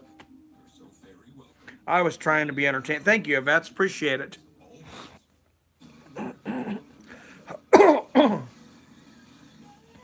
Don't forget Woodley and Michael Chandler in Best MMA Wrestling Conversation.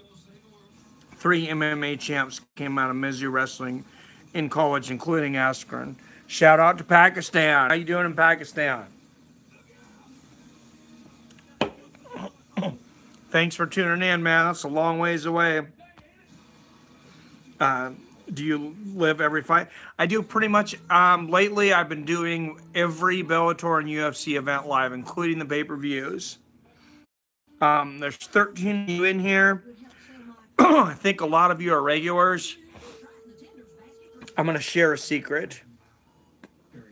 I'll talk about the next fight next, but I'm going to share a secret with you guys. I'm not putting this out there for a lot of people online because I don't want to be caught on to. So here's how I get my pay-per-views, and it's not through an illegal stream, but I'll tell you what I do. I have a VPN. Everybody knows what a virtual private network is. If you go to UFC.tv, change your VPN. I have Windscribe. Change it to South Korea. Then log on. I log on to Google Chrome. I'm sure it works with other browsers, but this is what I do. I log on to South Korea before I open my browser. Go to Google Chrome. Go to UFC.tv. You'll have the option to purchase your pay-per-view. Thank you very much, Bailey. Bailey's awesome. Top contributor, dude. I will not drink Ice House next time, I promise. But continue. What you're going to do is when you're on that South Korea, you're going to have the option to either buy the pay-per-view for $15 or HD for, it's either $19.99 or $24.99. Honestly, I have a pretty good TV, and I really can't tell much difference between the standard definition and the high definition, so I just pay the 15 bucks. But when I switched my VPN off, the interesting thing is it keeps my purchase for the pay-per-view, and then I go on my Roku or my Amazon Fire Stick, which I have both, and the pay-per-view is there. So I only pay $15 for my pay-per-views. I'm not going to share that with a lot of people because I'm not sure. I don't feel so bad because I'm giving the UFC some money. And I'm a subscriber to UFC Fight Pass. They've got a lot of my money over the years. I don't feel really bad about it, to be quite honest. But if you want a pay-per-view for 15 bucks, that's how to do it. And that's what I do. So this last time what I did was they had a deal on there. I got the pay-per-view, the Luke Rockhold and Yoel Romero fight. For in 6 months of Fight Pass, and it was $42. So I paid almost a pay-per-view price, 42 bucks, but I got 6 months of Fight Pass. So definitely worth it. You need Miller Lights, says Jason Rodriguez. I might have to get that. If Poirier beats Gaethje, does he deserve a title shot with the winner of Khabib Tony if Conor doesn't return? I don't see why not. Poirier's beat a lot of guys. Assuming that Holloway doesn't move up like he's been talking about, I say, yeah, give Poirier a shot. Definitely not the worst guy to have a shot to. Thank you, Comedic Genius. Yeah. No, I don't feel bad about it at all. And they're getting my money. So, but yeah, I don't want to spread it out there to a lot of people. And please don't make a video on that to get a few views on YouTube. Because I don't want to ruin it for people like us. I mean, the UFC, maybe they can see what I'm doing and maybe they don't care. I don't know, because they're getting some money from me. But I'll gladly pay $15 for a pay-per-view or even $20. I think that's fair. $60, I would get maybe a pay-per-view a year. And before I did this, the only time I watched a pay-per-view is I'd go out to a restaurant or a bar because me and the family, we might spend 60 bucks or even more. But you get a nice meal, you get drinks. I might drop 100 with drinks by the end, having fun with fight fans. But I mean, you plan, we go out for one good expensive meal about once a month anyways. Why not make that, your pay-per-view thing? You don't pay any more when I go out for it. So that's what I would do. But now that I found out that trick I talked about, that's what I've been doing. And, that's how I can afford all the pay-per-views. At Toronto, I wouldn't mind a rematch between Alvarez and Poirier because their previous fights ended with some controversy. Absolutely, Yvette. Yeah, nobody snitch out there. I gave you guys a secret. Keep it to yourself. Because we don't want to... I don't want to lose that because I might have to stop getting those pay-per-views.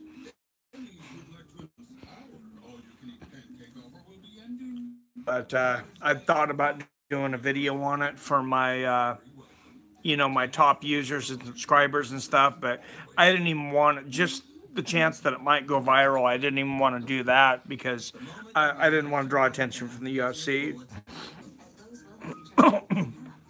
I love it, Comedic Genius. How can they pack all that taste into these charcoal sliders that start for just $1? Magic.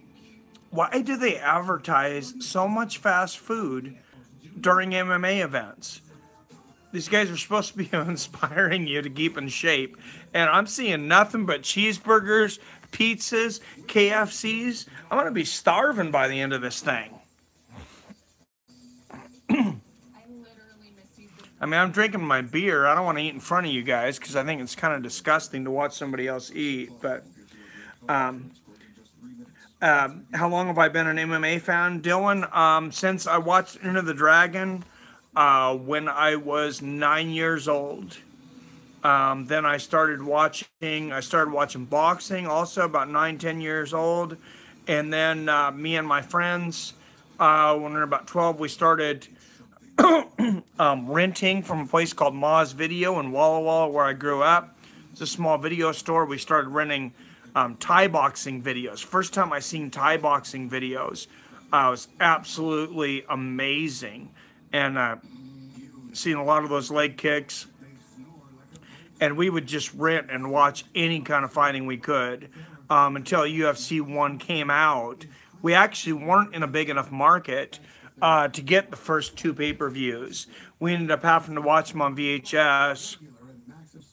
Then the third one, it came to pay-per-view in Walla Walla, and we paid for it, and we got my friend's dad to order it. Me and my buddy Sergio, who runs the channel Original Family Productions, which I will be doing a dual cast with him. We're going to be commentating together here eventually. He lives in Eastern Washington. We got the pay-per-view for that UFC 3, and we pretty much got every one for quite a while after that. It was $25 back then. And as you know, that was by the time, the first one was in 93, that second one, or third one, excuse me, I believe was in 94. So, Brown says, I've been watching since 2007. Glad you enjoy it, man. It's a great sport. I'm definitely highly entertained by it. My girlfriend is angry that I'm listening to this stream instead of giving her attention. Let a man live. I love it, Browns Nation. I'm not sure what that says that you choose me over your girlfriend, but I have been told I'm a pretty good looking guy, so I don't know. Training martial arts. I've trained. I was an amateur boxer for 2 years. I'm a brown belt in judo. I competed heavily for about 4 years when I had the time. I was competing 2 to 4 times a month.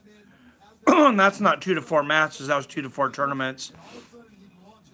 I competed in the nationals, under 17, 155 pounds in 1997. That was the year I graduated. That's how old I am, 39.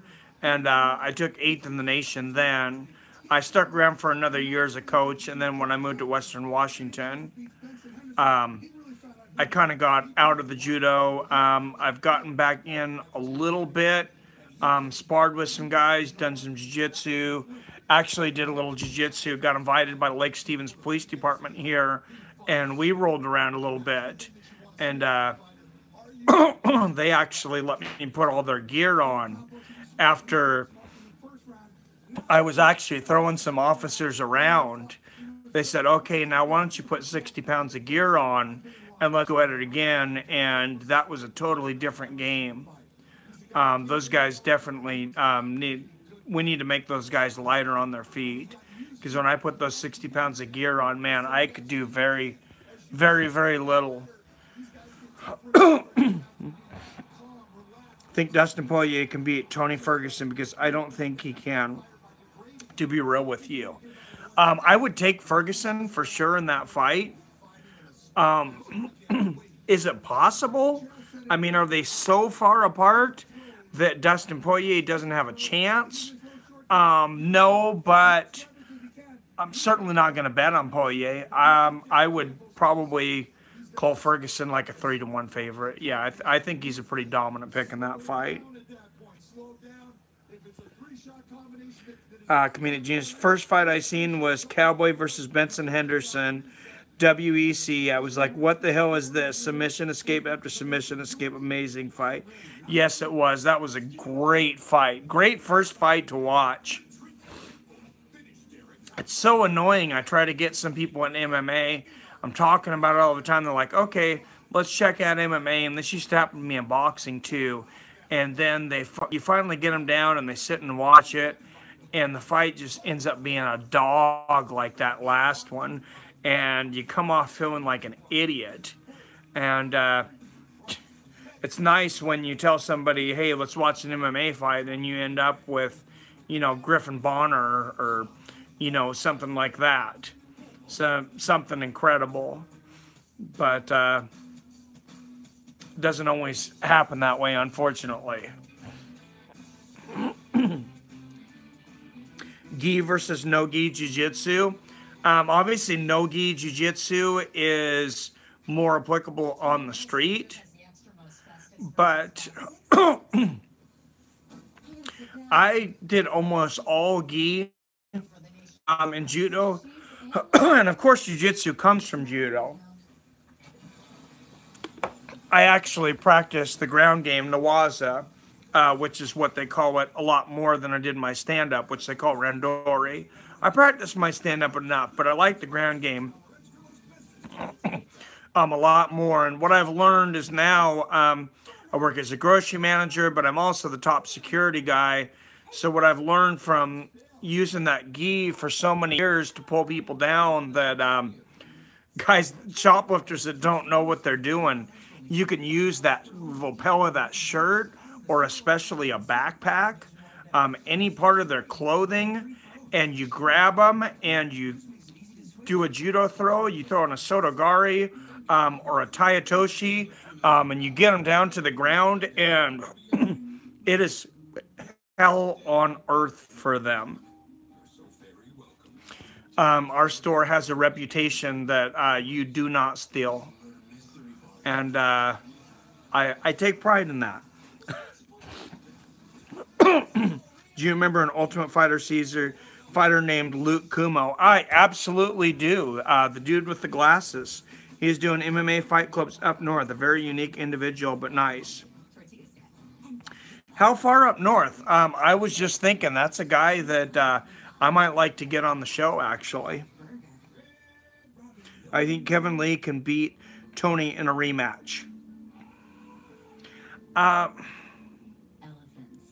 think Tony's a better fighter. That's the answer to that. Kind of like I was saying before. Yes, I mean, he could, but I think, so if they fight 10 times, I think Tony wins at least 7. Maybe Kevin wins 3. And it's hard, it's hard to say what 3 of those are going to be. Maybe he does win the next one.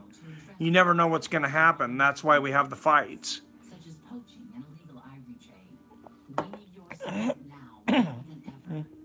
For just $8 a month, you can symbolically adopt an elephant and help save them and other endangered. Right now, we are between commercials. I think we're coming up to the co-main event here in just a second. Yvette says New York, I believe.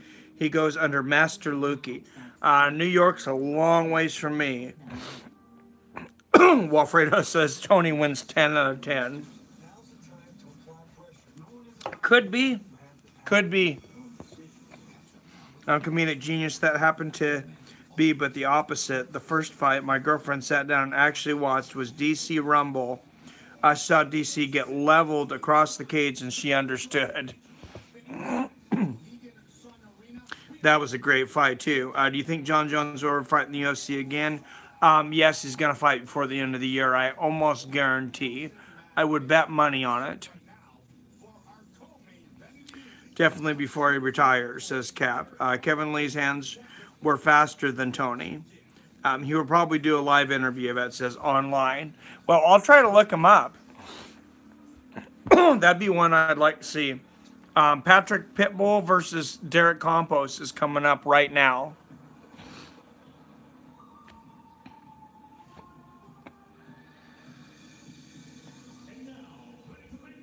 Always like it when the guys come down to the unorthodox music, not the, you know, Back in Black, AC/DC, the standard stuff. 13th Bellator fight for the stallion Derek Campos.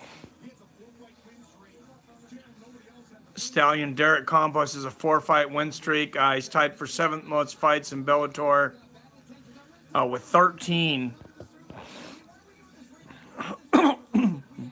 Of course, a lot of the reasons some of these guys have so many fights in Bellator went back to that tournament style that they started with. Yes, it is. Jones versus Gustafson 2. Or would you rather see him have... I want to see Jones versus Gustafson 2. All day, every day. That's the number one fight I want to see him in. But I'd also love to see him come up to heavyweight. Selfishly, as a fight fan, I want to see him fight again. As a human being, I think he's ran out of chances, and honestly, probably should be banned from the UFC forever. But I'll definitely watch him fight. Lee, champ in a year, he won't get another shot till he picks up 3 more wins, and he has no chance against Tony or Khabib. Maybe 5 years, says Walfredo. Sounds about right. Haven't both Pitbull brothers been knocked out cold several times? Yep, comedic. Yeah, I was gonna say I know that Patrick's been knocked out at least twice, because I remember 2 of them. Probably more.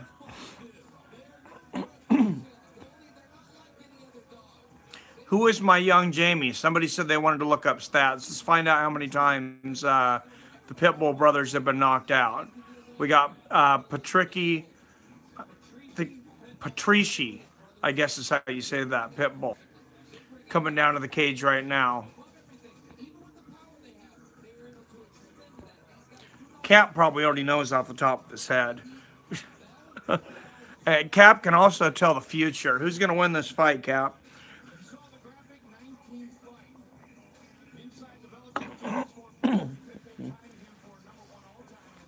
Guessing 5 combined.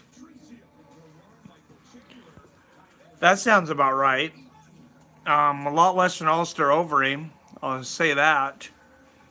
If you guys weren't watching on a lot of some of the last shows, I believe Ulster Overeem now has been knocked out 13 times total in MMA fights. Just in MMA fights. I think he should probably retire.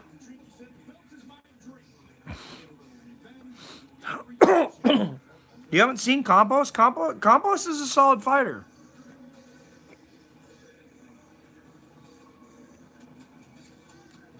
I know a lot of people are just finally starting to get into Bellator. And, you know, I'm glad to see a competition to the UFC for sure. Darren Till, future welterweight champion, potential middleweight double champ.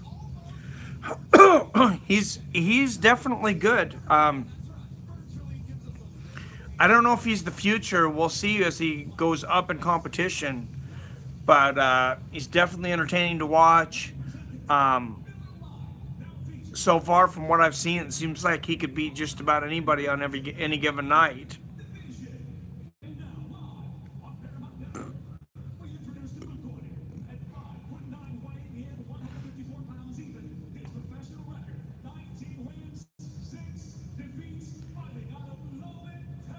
Derek Campos has a KO over Brandon Gertz, Melvin Gerard, a couple others.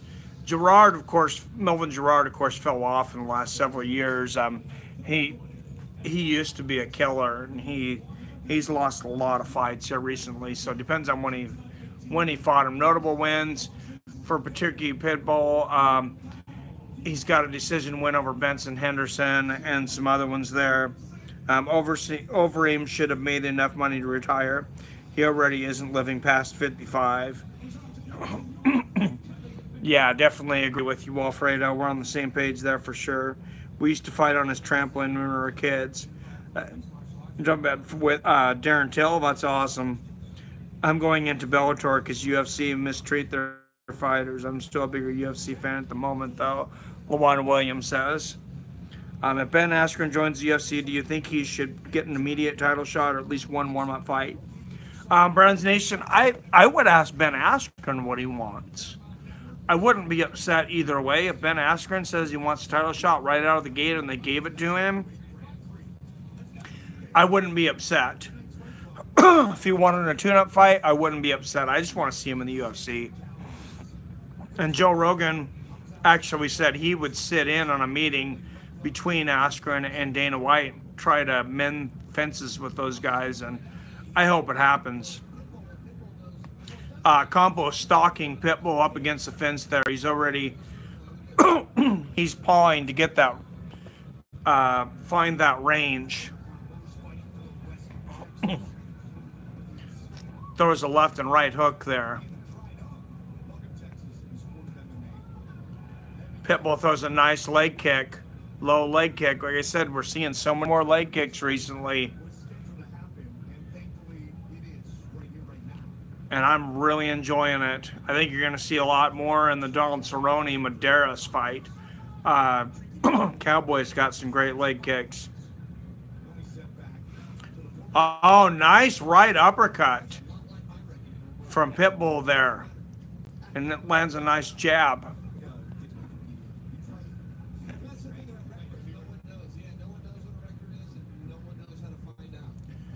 Compo stalking Pitbull up against the fence, though. He's definitely the lead. Pitbull is kind of waiting back to counter.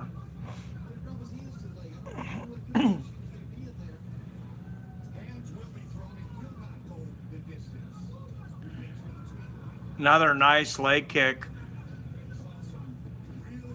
Oh, nice leg kick and left hand from Pitbull. Left hand over the top from Campos. I don't think this one goes the distance at all. I think somebody's definitely getting knocked out. These guys are not looking to fill out. These guys are looking to throw power shots. And they both missed hooks over the top there. But somebody's going out, maybe in this first round. I said Campos just stalking Pitbull, but Pitbull's got that right hand cocked, and he's just waiting. Oh, big left hand. Big left hand from Pitbull. Big right uppercut, left hook, right uppercut, left hook, left hook.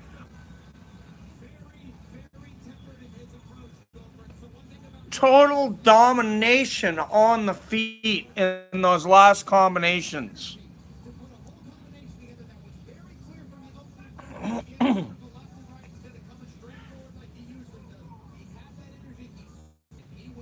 He used the angles, and Pitbull get dominating stand-up win there in the first round.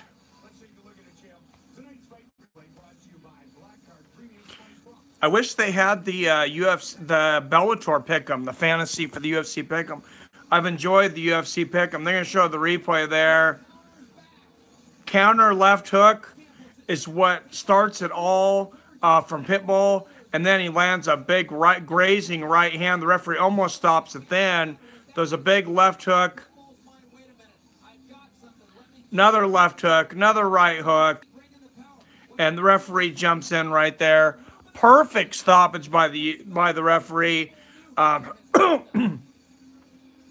think he almost decided to stop it too early, and then after seeing that last hook, he's seen the wobbliness there, and I think that was a great stoppage.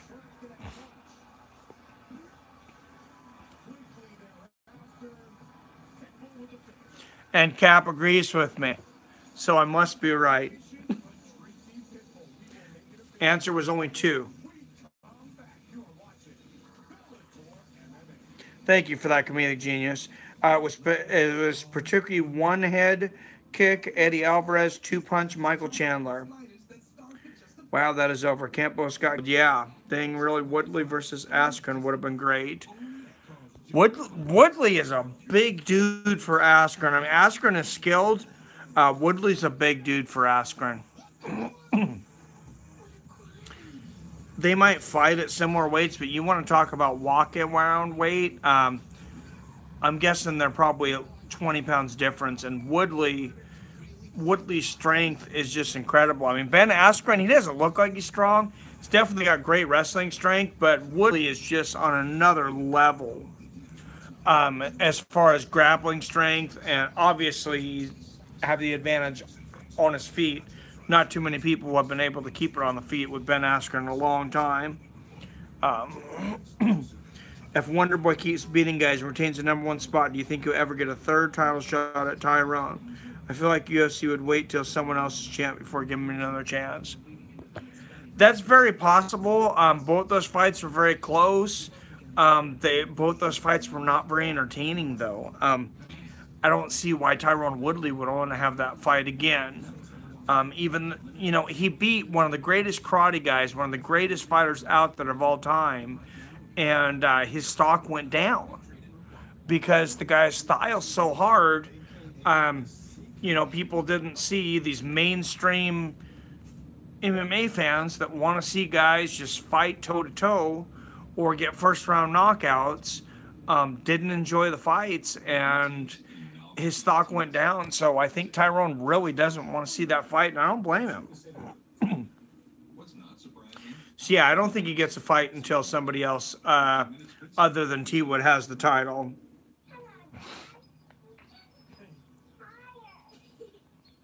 And see, like I said, Cap agrees with me, so I must be right.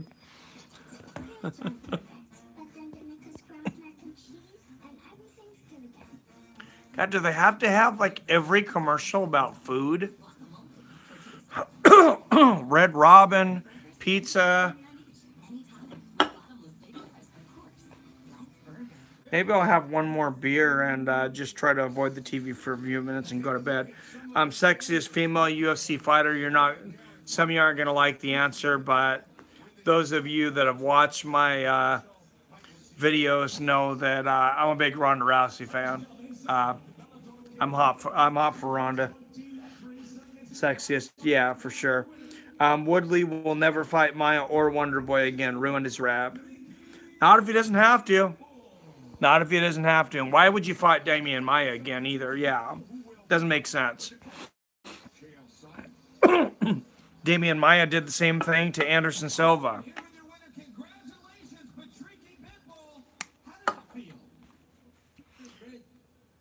There's Chael Sonnen. Chael Sonnen playing Joe Rogan tonight. He's commentating. He's in the cage interviewing the fighters. I like it. He's got his podcast now. He's ready to transition out of fighting, and I hope it's the last we see of him in the cage after this tournament. He's done. He's too old. He's 42. Transition into something else. You're a great entertainer. Do your podcast.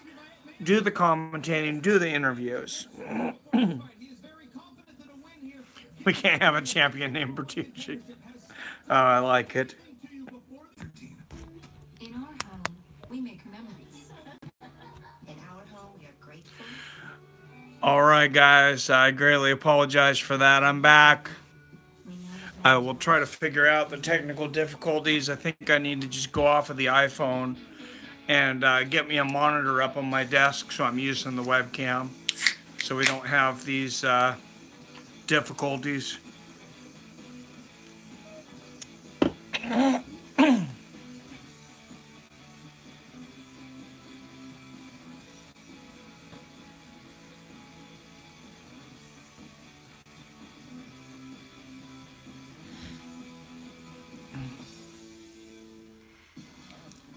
All right, back up now.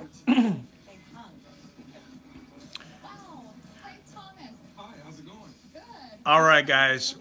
I think we got this figured out for the rest of this for the main event here. Sorry about that. Next time, I think I'm just gonna do it on the PC with my new setup, my new webcam.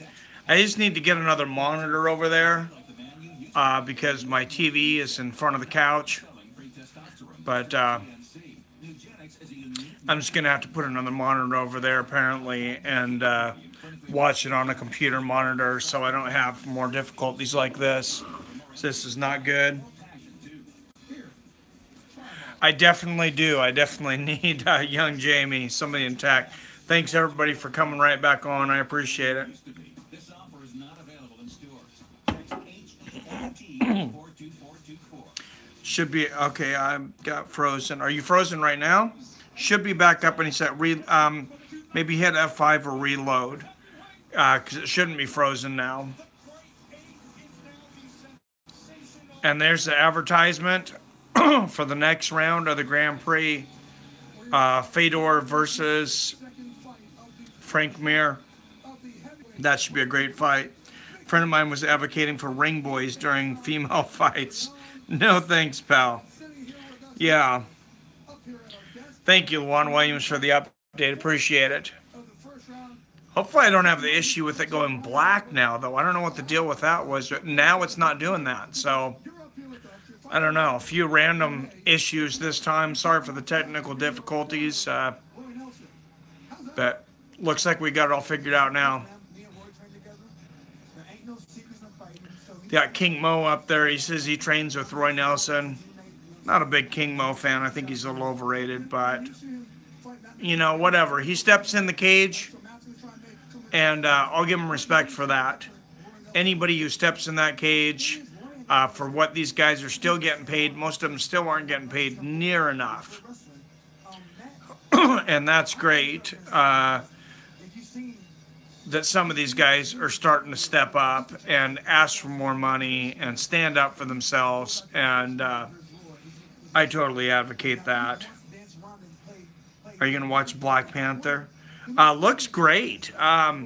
It sounds like it got good ratings from the first from the showing, and I have Movie Pass. It's $10 and you can see a movie every single frickin' day. So pretty much any movie out there right now, I'm probably going to watch it. Unless it sucks. I mean, I'm not going to watch... I'm probably not going to watch Peter Rabbit. But other than that, pretty much everything out there. You guys looking for a good movie? Action thriller with a psychological twist. Den of Thieves. Great movie. I don't know if any of you guys out there have seen it yet, but also has a cameo from Michael Bisping and Max Holloway. But I highly enjoyed that movie. I probably watch, I might watch Black Panther this weekend. I don't know. Let's say Roy wins tonight and then you win. What happens there? You got to find a guy that you corner. Well, it's like this. We're going to see what happens, man. Let me take care of Vader. Disney ruined Star Wars, says Brand's Nation. I've seen a lot of people say that. The last Star Wars was okay. The one right before that, the Rogue One, in between, I thought that was incredible. Not a big fan of Kylo Ren. Compared to Darth Vader, I don't see how you can compare him. To me, he just seems like a spoiled teenage brat. Honestly, that's what he comes off like to me. But I enjoyed the last movie. But yeah, just it almost didn't kind of didn't feel like Star Wars. Favorite all-time oh god, shows. Favorite all-time flick is gonna be The Dark Knight. And I'm not like a huge comic book guy and superhero guy. I like a few of the movies, but I just love that whole trilogy. From Batman Begins and Dark Knight. That was my absolute favorite.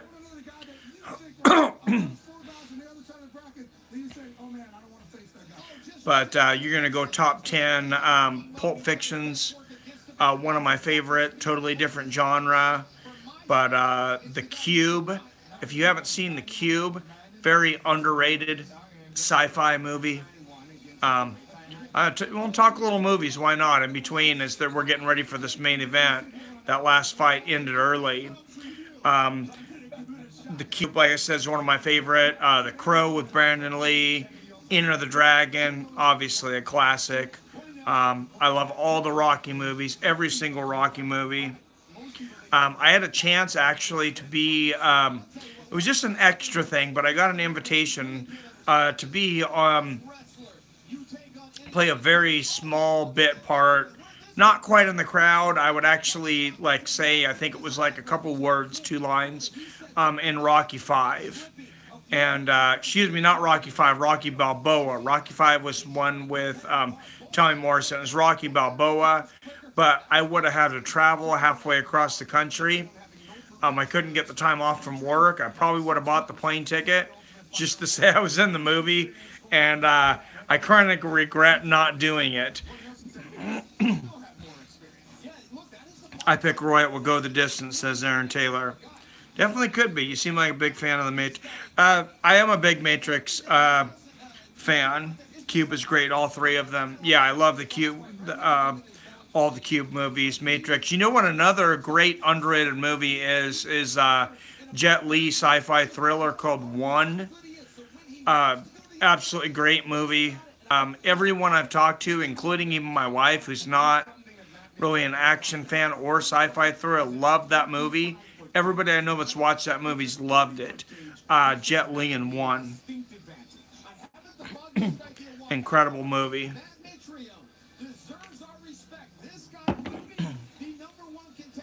What about you guys? What's your favorite movies? We got a little while to talk here between. What's your guys' favorite movies out there? I just saw they're doing a new Karate Kid on YouTube Red series with Ralph Macchio. Thoughts? Are you serious? Is that a joke? Ralph Macchio is like 60? He's pretty freaking old. Oh, as a dad, The Road. Got me. Okay, yeah. 55. Yeah, dude is old. Yeah, and I think they've done enough Karate Kids. Alien Covenant was great. Loved how they intertwined it with Prometheus. I've been waiting to watch that one. My daughter's been busy in so many things. I wanted to watch all the old Aliens with them before we watch the new one. So I still haven't seen that. And I still haven't seen the newer Mad Max. Because I want to go through the old ones. I might have to watch it without them. Because I really want to see both those movies. Don't you know about the extra most bestest with the most cheese and most pepperoni for just $6? I need to sit down. Definitely. You see the movie called Coherence? I haven't. If it's an action or sci-fi thriller, I would probably love it though. Nelson has won 4 decisions and lost 37 fights, just FYI. Yeah, but how many decisions has he been in? Probably not a lot. The dude usually, gets the knockout or goes out on a shield. A big fan of Terminator and Rambo movies as a kid. Both good choices. A mind-f sci-fi movie. Oh, for sure. Yeah, those are some of my favorite movies. Definitely Inception. Great movie. I like those. I liked Divergent. The new ones that came out, that was great. I didn't read the books. My daughter read the books. But the Divergent series I thought was great. New series I just seen advertised on Netflix, Sci-Fi Theory series, and I just forgot the name of it. No, I can't remember it. I'm going to come back to it. I got Matt Mitrione in this fight. Crystal Davis says, my favorite is Willow, says Bailey. Willow's a great one. Interstellar. I have not seen Interstellar. I'm picking Matt Mitrione. I'm a big Roy Nelson fan, so I got to admit I'd love to see him get the win. But yeah, Mitrione seems like the obvious choice, especially Roy Nelson pushing 43, and he obviously hasn't taken great care of his body throughout his career. So we'll see, but the last thing you lose is your power, and Roy Nelson's got some of the best power in the heavyweight division. Mitrione, second round KO. That's a good, I think that's a good pick, Comedic Genius. If you like Exception and Cube, then Coherence is right down your alley. I'm going to have to write that down. Seattle Sounders fan. I am. I haven't watched a whole lot. I got a friend who's a big soccer fan. So when I go over to his house, we'll get together and watch some games. I haven't watched as much as I'd like to, but yeah, I like the Sounders, and I enjoy soccer. First round KO is Roy's only chance as Wilfredo.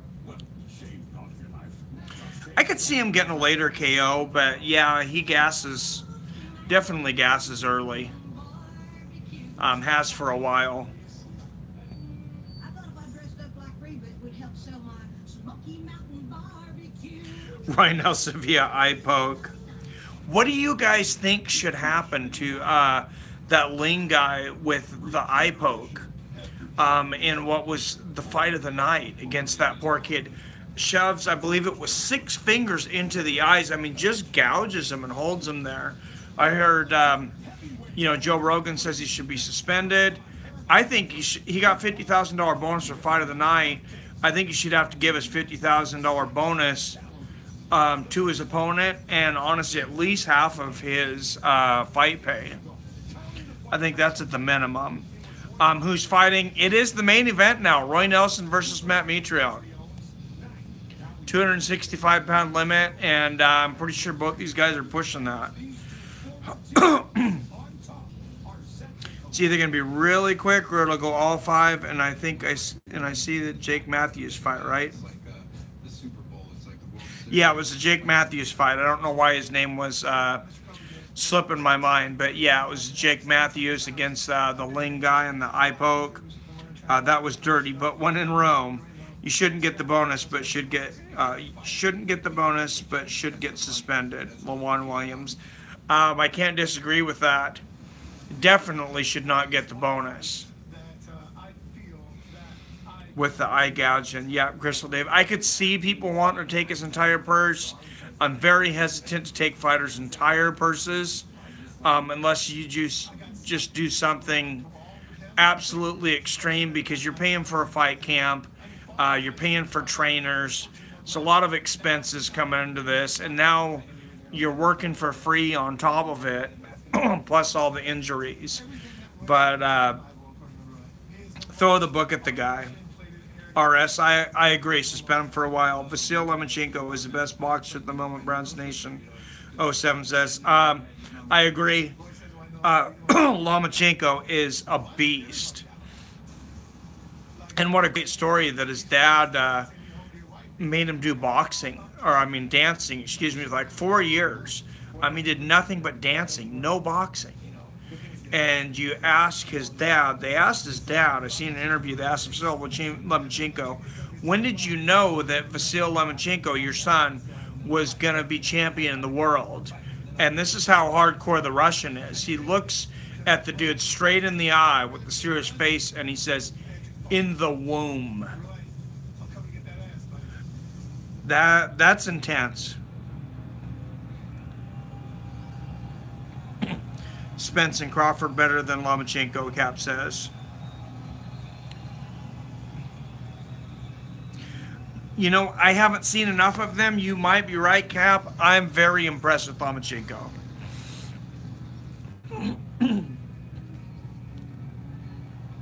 Lomachenko fights lesser competition compared to Spence and Crawford.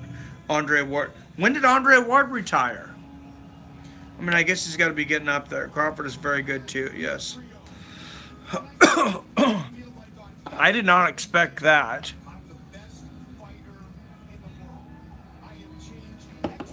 I've been a big Andre Ward fan for a while.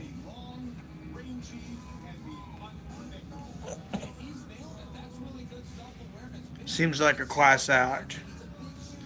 You right there, RS was the best up until he retired. But last year, Ward retired. Yeah, like I said, I'm trying to get back up with boxing, but I've been so engaged in MMA, and I haven't had cable forever. I have DirecTV now, and I'm having a hard time finding all the updates that I need to about boxing. Cap helped me out with the Boxing Rec site. I need to see if I can download an app and get some updates from them. Retired undefeated. Yeah, dude was a beast. Conor confirmed today on Instagram that he tore his ACL in his fight with Max. Some people were still disputing that last stream. Why is he confirming that he tore his ACL in a fight with Max? He fought Max like 3 years ago. He's just trying to keep his name out there. Max would kill Conor now, though. I think Max beats him.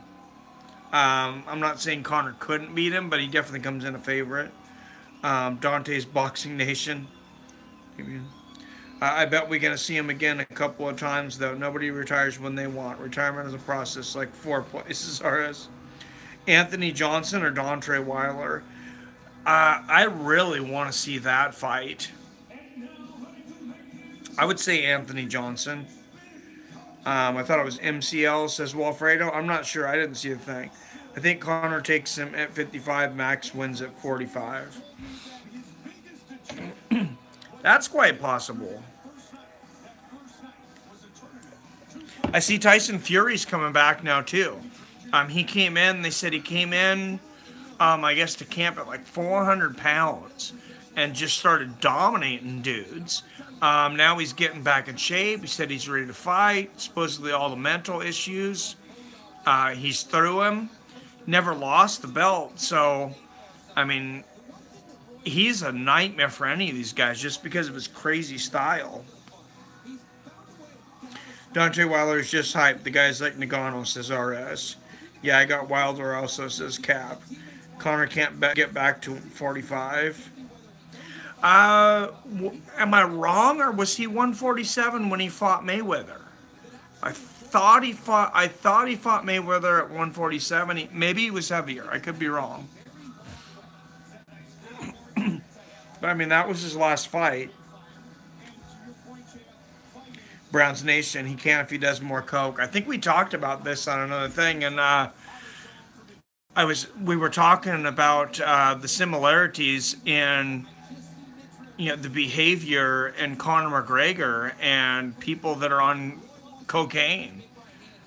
I'm not saying he's on cocaine, but the jumping in the Bellator ring, the screaming, a lot of the antics, the hyperness. I mean, it seems like the dude's on something. I don't know. Maybe he's on adrenaline.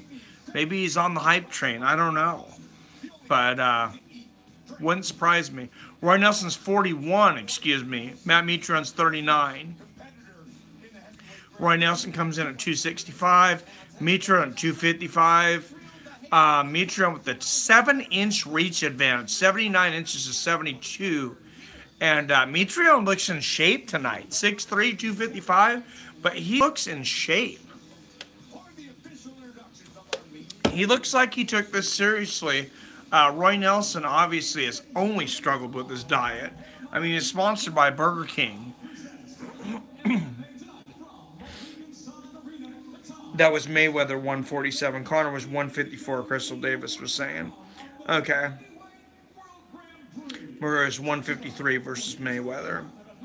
So, yeah, I don't know if he could make it down to 145 or not. I mean, if he wanted to, I think he probably could. But, yeah, it's hard to say. I was joking. I don't think he's on coke. He's just a crazy Irish bastard. Maybe he takes a couple shots of whiskey before he goes out into everything. But, I mean, the dude is hyper as shit.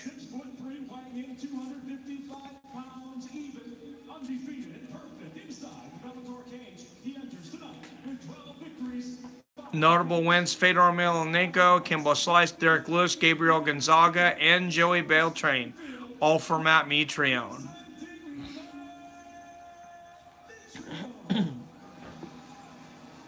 Cap says, I got Big Roy winning.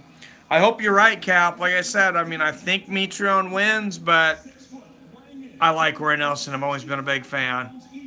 And Matt Mitrione, Antonio Nogueira, Czech Congo, Stefan Struve, Brendan Schaub, and Mirko Krokop. All notable wins for Roy Nelson. These guys have beat a lot of good fighters. McGregor looks... Oh, my God, Wolfrada. I don't know if I want to repeat that. Yeah, I seen an evolution, though. Thing where they were showing like him at different weights, 145, 155, 170. It almost looks like 3 different people. Kind of like John Jones. Conor seems like he fights better with a bit of chaos within his personal life and the media. Yeah, for sure. When is Fedor Mir versus Fedor. I believe it's April 26th. They were announced earlier, so we got a little while to wait on that one. I'm going to get to some commentating here. Here we go. In the middle of the cage. This one could go real quick, guys. Oh, Mitrione just looks, he's only about 3 inches taller. He looks like he's a foot taller. And Roy Nelson, Roy Nelson throws a big right hand over the top right away. Mitrione throws a straight right, misses a right hook. Nelson's going to come in for that first round kill.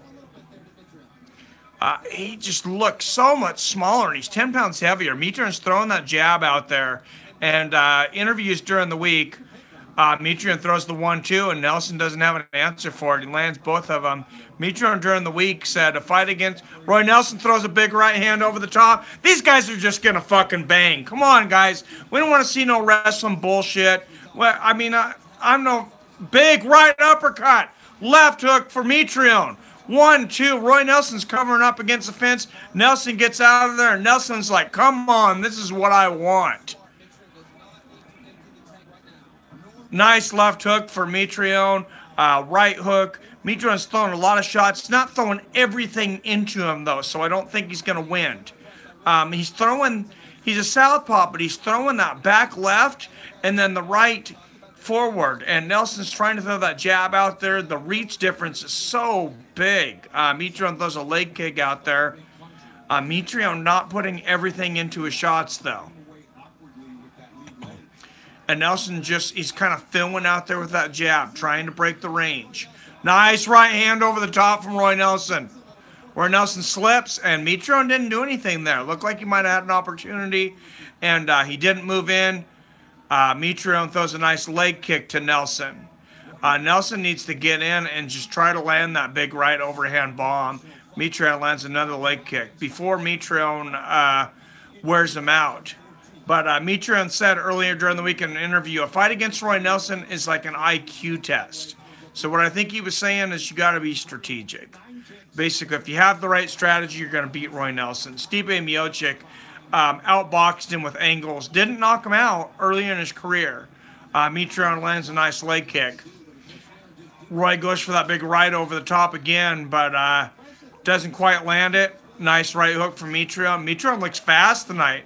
Nice jumping right uppercut. Roy Nelson actually goes for the takedown.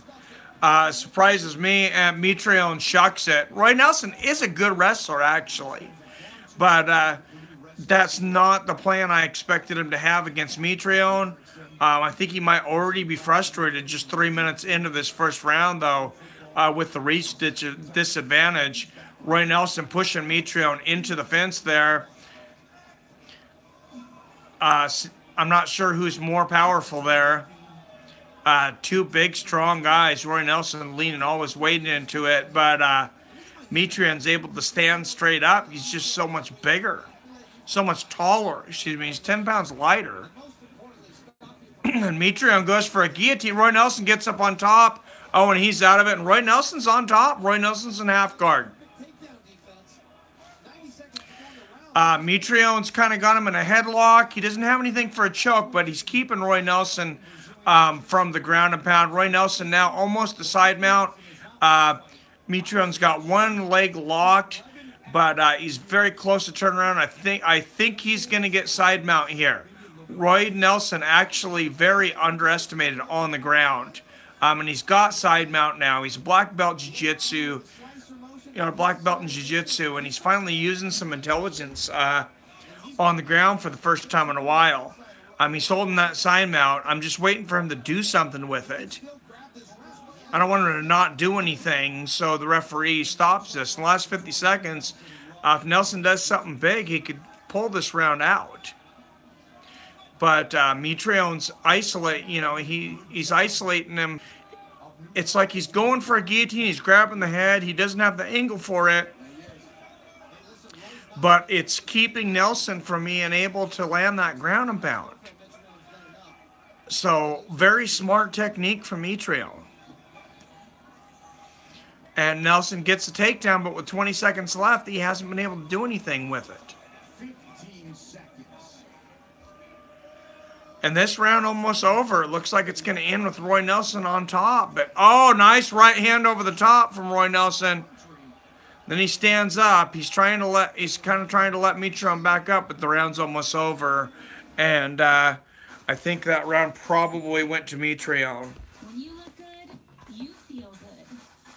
So make Looks like we got some Carlos Condit talking between rounds. Roy will win on the ground all day.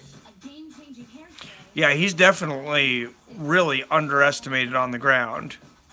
Who do I have? I called Mitrione. Win between Matt Brown and Condit. Carlos Condit, I'm a big fan of both of them. I'm a big fan of Matt Brown too, though. I kind of hope Matt Brown pulls it out, but Carlos Condit, definitely a great dude. Roy might stole round one. He might have. I would like to see him do more with that takedown, though. Toss up for me, says Brown Nation. Matt's more athletic. On the ground, he's not, though. Yeah, me too, Brown Nation. Condit's on another level. Brown's just insane. Yeah, Brown is a beast. Roy Nelson throws one big right hand over the top. That's every commentator in every fight. All day, 10-minute tops, Roy will gas. Says Walfredo.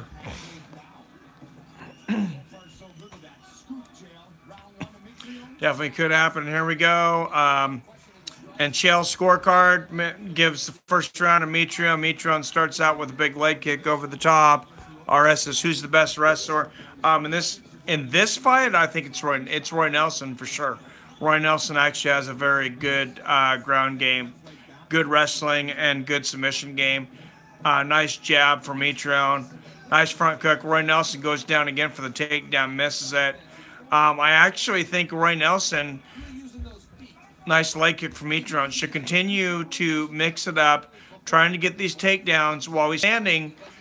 Just go for that big right. Go for that big right overhand. Everything else, Mitrione's got the advantage on. And go for the big right hand. You don't get it, go for that takedown. Just continue to go for that takedown. Hope to get him down for some ground and pound or a submission.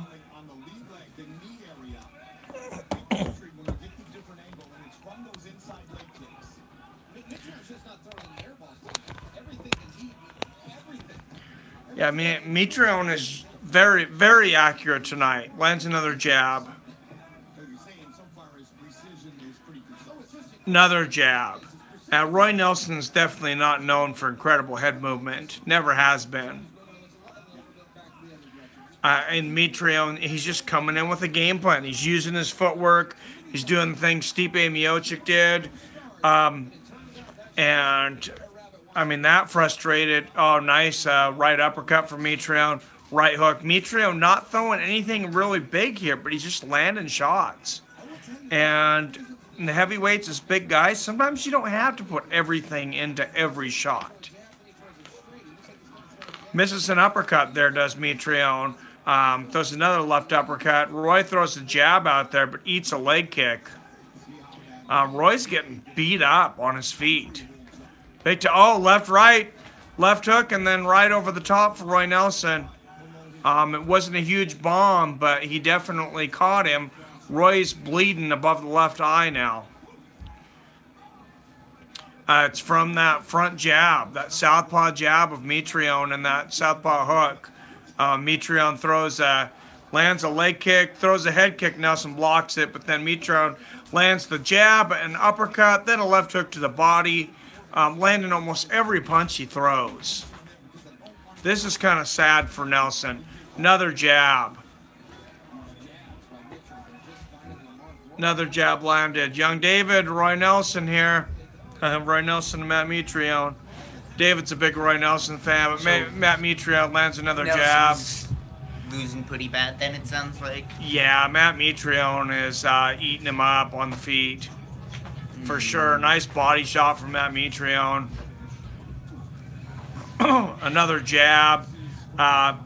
Big right hook from Mitrione. Mitrione's got a 7-inch reach advantage. And Roy Nelson just hasn't been able to get inside of it. Another nice jab from Mitrione. Yeah, this is kind of sad, and I don't see it going any better the further this goes on for Roy Nelson. Roy Nelson goes for that big right hook, misses it. Oh, body kick. He hits him on the chin. Roy Nelson lands that right hook. Oh, and Roy Nelson gets a big takedown. Nice slam. I didn't think he had that much energy left, to be quite honest.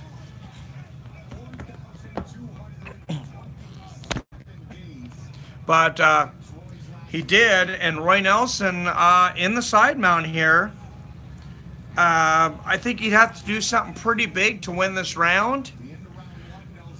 And this is, even though this is the main event, it's only a 3-round fight. I kind of thought it might be a 5-round fight.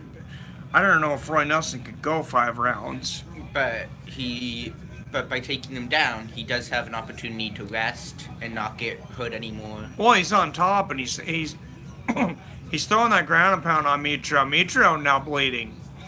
But just watch, the first thing he did was just sit there on top of him. Well, don't forget, Roy Nelson's a jiu-jitsu black belt. He's got a really underrated ground game. He always tries to go for the knockouts, and now he's got Mitrione in a pretty precarious position here. Unfortunately for him, there's only 10 seconds left in the round.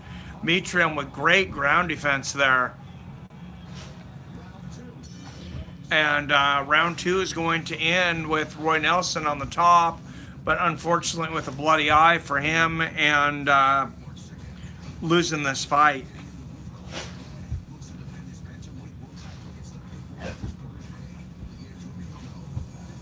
RS says this is looking bad for Mitrione. Roy Nelson takedown. Might stole the round. I don't think he stole that second round. I don't know. Turn your camera around so I can see the TV. My Fire Stick keeps going out. I'm on Fire Stick too. I haven't had any issues today, but Mitrione is winning 2 rounds to none. Roy might have stole round 1. He might have. I agree with you, Cap, though. Probably Mitrione 2 rounds to 1. But if he stole round 1, it could be whoever wins this round. They said, David, you okay? Yeah. Your hair is kind of a mess there, son. You look a little rough, buddy. Oh. Both guys need to step up their game if they want to win the tournament. I think Mitrione's looked pretty good for the most part. Roy Nelson could take anybody down. David, who you pick? 3rd round. I mean, Matt Mitrione or Roy Nelson? I think Mitrione's going to win as much as I would like Nelson to win. It will be all Matt from here, says Walfredo. Oh, man, nice right uppercut. Mitrione left a lot on the gas tank, I think, for this 3rd round. Nice leg kick. Nelson and he's already... didn't leave a lot in the gas tank for the 2nd round. No, he's putting a lot into everything. David, can you let the dog out, please? Of course, the dog's got to bark in the middle of the last round. Asshole dog.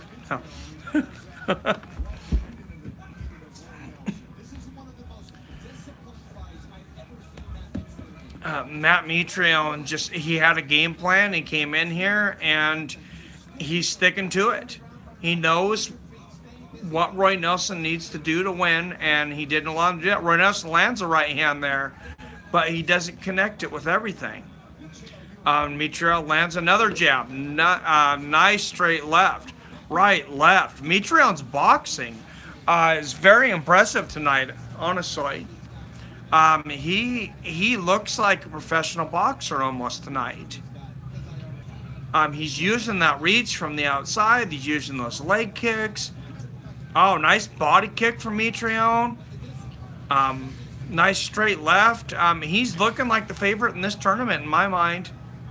The favorite that we thought he was. He lands a jab again. Roy Nelson throws a left hook over the top. Mitrione blocks it.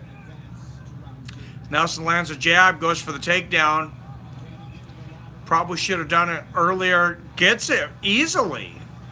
He can almost seemingly take Mitrione down at will. Mitrione's very good at defending, and once he gets a takedown, if Nelson did win, if he did steal that 1st round, like me and Cap thought he might have, and he can keep Mitrione down for this entire 3 minutes, especially if he can create some damage. Nelson could actually win the decision here. I mean, I didn't as good as Mitrione looked. So First round was pretty close. Mitrione started out dominating a lot on the feet, but Nelson got a takedown towards the end. Had a few moments. Big But with ground and pound. I Yeah, think for we both sure. know that the UFC judges don't This is like. Bellator. Perhaps then it's different. Oh, No, not perhaps. It is Bellator. no, perhaps then the judges are different. But I know in the UFC they don't seem to like giving people rounds over. It's commissions. A It's usually a small lot. amount. It's a lot of the same judges. Okay. Roy Nelson. I mean, he's got Matt Mitrione in an uncomfortable position here. He's kind of had like a little bit of a neck crank there almost, but gives it up. And Nelson's on top here. A minute 50 left in the round. He's got wrist control. He's got Matt Mitrione's wrist underneath his knee, and now he's landing that ground and pound. He's pounding those left hooks on top. Roy Nelson doing some damage here. Oh, he's got the crucifix, and he's pounding shots down on Matt Mitrione. And he's got the neck crank. Big left hooks. Big left hooks from Roy Nelson. The referee's looking in right now. Roy Nelson is turning this fight around right now with 1:20 left in the round. He is landing every left hook. Matt Mitrione cannot move. This is similar to what he did to Kimbo Slice, actually, in The Ultimate Fighter. And, of course, Roy Nelson beat Matt Mitrione in the Ultimate Fighter also. He is just killer from the side mount. He gets that crucifix, and he's landing elbows now. He's slowing down. It looks like maybe he won't stop him. I think Roy Nelson might need a stoppage, though. This is a mistake. If he's got any energy left. It looks like maybe. It looked like maybe he was going for a Kimura, but I don't think he's going to get Mitrione on that. Mitrione's trying to push off the fence, and Mitrione's able to get back up. Roy Nelson immediately trying to get him back down. He's pushing him up against the fence. It's 30 seconds here, and he's back he needs down. and Roy Nelson gets another takedown. Big points. Roy Nelson definitely winning this round. It's going to be a question of who won that first round. At this point, 15 seconds left in the round, and Matt Mitrione looks like he can't wait to get the hell out of there. He's a Elbows big this elbow, head, like, big into the right face. hand from Roy Nelson. And they did not stop the fight, but And both of Matt them are Matt super tired. Matt They're both just Mitrione looks laying fucking exhausted. They are both just laying there on the mats. Win or lose, I gotta give Roy Nelson a lot of credit for coming back from adversity in that fight. It really looked like Matt Mitrione was just gonna walk away with it. Cap, you might be right. He may have stolen the fight. Split decision. I am in the United States. Washington, Seattle, about 25 miles from Seattle, Lake Stevens to be precise. Roy with the takedown. Yeah. Cap says, I think Roy stole it. I don't know. It's going to be very close. I think it's going to be a split decision. I have no idea, honestly, how they're going to judge this. Never underestimate a big belly of power. I love it. Said Roy won't get in better shape. Could have been a real champion. Yeah, he likes to eat too much. And that's the thing. Matt's takedown defense, what happened? He has none. Now, Roy has very, very good wrestling. Before he learned he could knock people out, he was taking people down and submitting them. Man, a 10-8 round may go to round 4. If so, Looks even bigger than he used I don't to remember. be. I do not remember the last time I seen a 3-round fight go to round 4, but going to be a split decision. I think you might be right there, Alfredo. Yeah, I hope it's a draw. So what do they do if it's a draw? I have no idea. Mike, can you have David mimic the fights tomorrow behind you while you commentate? Yeah, I don't need David punching me in the face. Sorry. That is what you get from not wrestling in high school. Yeah, he was in the NFL at the time. If it's a draw, it goes to round 4. That would be incredible. And then Roy wins it. I think Roy's got more left.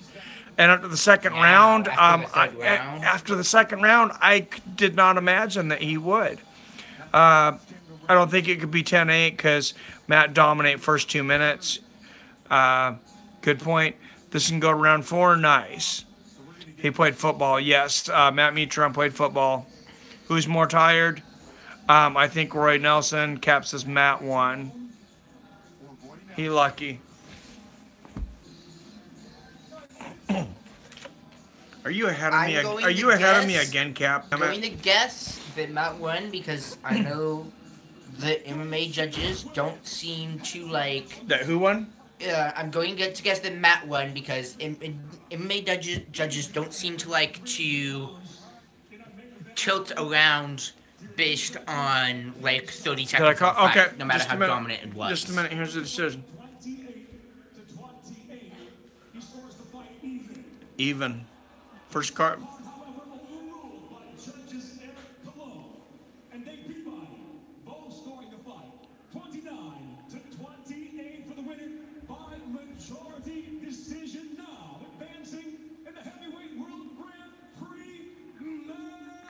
Matt Mitrione. First judge has a 28-28. That first round must have been a lot closer than I was 28-28, and then Matt Mitrione 29-28. On Roy Nelson, obviously disappointed. If that would have been a 5-round fight, I do not see Meathead making it through that. You have reception. How are you feeling right now, and why is anybody reacting this way? You know, I don't know, brother. I don't know why anybody. Well, people are booing the decision because MMA fans have a notorious short memory, and whoever wins the last 2 minutes of the fight, they think won the fight. Did he win the first round? Looks like one judge probably gave him the first round. The other 2 judges gave Matt Mitrione the first round. It's very close. Sounds like one judge gave them a tie round. It sounds like one judge gave them a tie for the first round. When you were crucifixed, that it was enough to win the fight. Do you want to share a thought? I'm not a judge. I'll see you guys in the next round. Wow, Chael Sonnen just asked Matt Mitrione and said, "Do you think you won?" He says, "I'm not a judge. I'll see you the next round." I just think Bader's a different kind of MMA fighter. Oh, hi, Jacob, Jonah, Tingo, everybody back home. Thanks a lot for supporting me. And it'll be Matt Mitrione versus Ryan Bader in the next round. And if he thought Roy Nelson's wrestling was great, Ryan Bader's younger. He's more explosive. Matt Mitrione could have some issues with Ryan Bader for sure.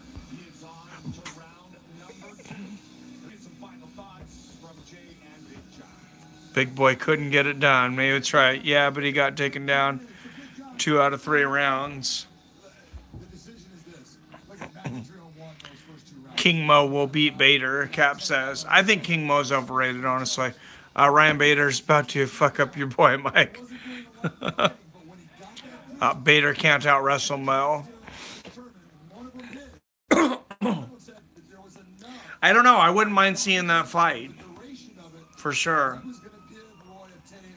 Now, is that the thing? Does King Mo... they were talking about King Mo earlier. Does King Mo fight the winner of this tournament?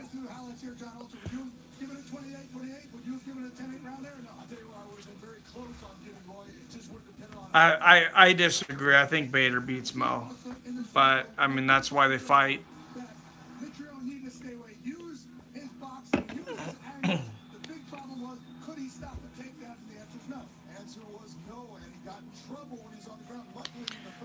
Cat Mo beat Bader already in college wrestling. You know, a lot of people beat a lot of guys in college wrestling, though. John Jones actually lost in college wrestling to some no-name that was in UFC. I can't remember who he was, but absolutely dominated him. But if they competed now, he wouldn't touch John Jones. So I don't know how long ago it was. But guys grow a lot. Who won? Matt Mitrione, split decision, 28-28 tie, 29-28, 29-28. Anybody with any brains in his head knows that Bader is the best light heavyweight right now. But this isn't a light heavyweight tournament, RS. This is a heavyweight tournament. And yes, that's your opinion. Honestly, after watching that and watching Mitrione gas, though, I have no idea who's going to win this tournament.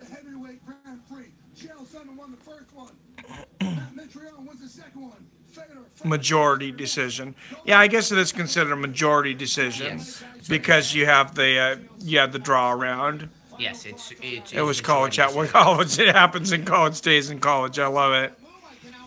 How much for the boy? I agree. Oh Jesus, Frank.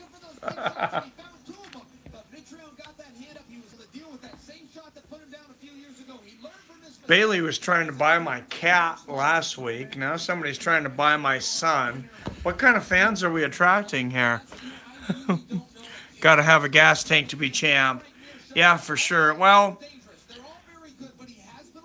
this is not exactly the group of the greatest heavyweights on the planet in this tournament. I mean, I like the Grand Prix format. I like everything that's going on. I like most of the guys in this. But you don't have to be the best heavyweight in the world to beat any of these guys, unfortunately. What you think the chances are for Fedor? I don't know. He got his ass kicked by Mitrione, and he's not any younger. But then again, if you okay, RS, but you said in what universe is he a better wrestler? So that's why I said college, for sure. Did Roy get robbed? I don't think he got robbed. I think it was a very close fight, and I wouldn't have really argued with the decision either way. I mean, that's the first time I've ever even seen... Chael might just finally get a belt. I'm so upset that third round was a 10-8. Should have been around 4.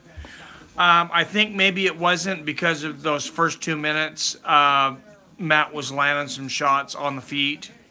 But, you know, it could have been. I would have loved to see a round... I wish it would have been a 5-round fight.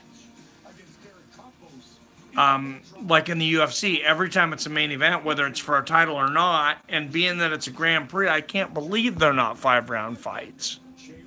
And I'm sure that's why they're not 5-round fights, because they want... I wish they could put Bader with John Jones, and he better do steroids if he want to survive. Could have been stopped anyways. But definitely should have been 5 rounds. If it's 5 rounds, in my opinion, Roy Nelson wins it. Hands down. Is Chael Sonnen the best color commentator? I think he's very good, and he keeps getting better and better. I love his podcast, too. He's going to transition well out of fighting, and I like to see, you know, I like to see these guys after their fight career have a career afterwards. So I'm happy for him. Jones would murder Bader. I 100% agree. Great show. See you tomorrow. Eve, it's it. Thank you, Eve. Yeah, we'll see you tomorrow. Let me find out if RS is Bader's nephew or something. So, Cap, if you can get me a stream for that boxing match, I'll try to do it. I'm not willing to pay the $20. If anybody knows something out there where I can watch that boxing match, I'll commentate the Grove Eubanks fight. If we can't get that... I'm going to go ahead and go with EBI, the Eddie Bravo Invitational. I was going to watch it anyways. I've never called a jiu-jitsu tournament. So either way, we're going to all get together tomorrow. Guys are completely misguided about Bader. Look at his record and look at his last fights. He's looking very good. I don't think Bader's a bad fighter, and I don't think he's shot either. So I disagree there. Crystal Davis, yeah, I watch his podcast. I listen to it. I haven't actually watched it like on YouTube, but I've been listening to it in the car, and yeah, I think he does a great job. DC run away from him. That means a lot. Look at Jones' record. Bader's nothing special for sure. To say that anybody on earth is going to beat John Jones, I think is almost silly. I mean, yeah, the guy's tested positive for PEDs, whatever, and that's just my opinion. I could be completely wrong. Everyone's entitled to their own opinion. I think the only thing that's going to beat John Jones is either his own partying or his age. The guy's just that damn good. Who do you think wins the Bellator heavyweight title? The Grand Prix, I thought it was Matt Mitrione before this. I don't know now. And yes, Ryan Bader is my white brother. RS. It would be criminal to book that fight. Absolutely. Now I'm really wishing Roy Nelson got that decision, because I think he stacks up well against everybody else in here. And I couldn't believe the way Matt Mitrione gassed in that third round. You watching that Wilder fight versus Ortiz? When is it? Is it tomorrow? And what is it on?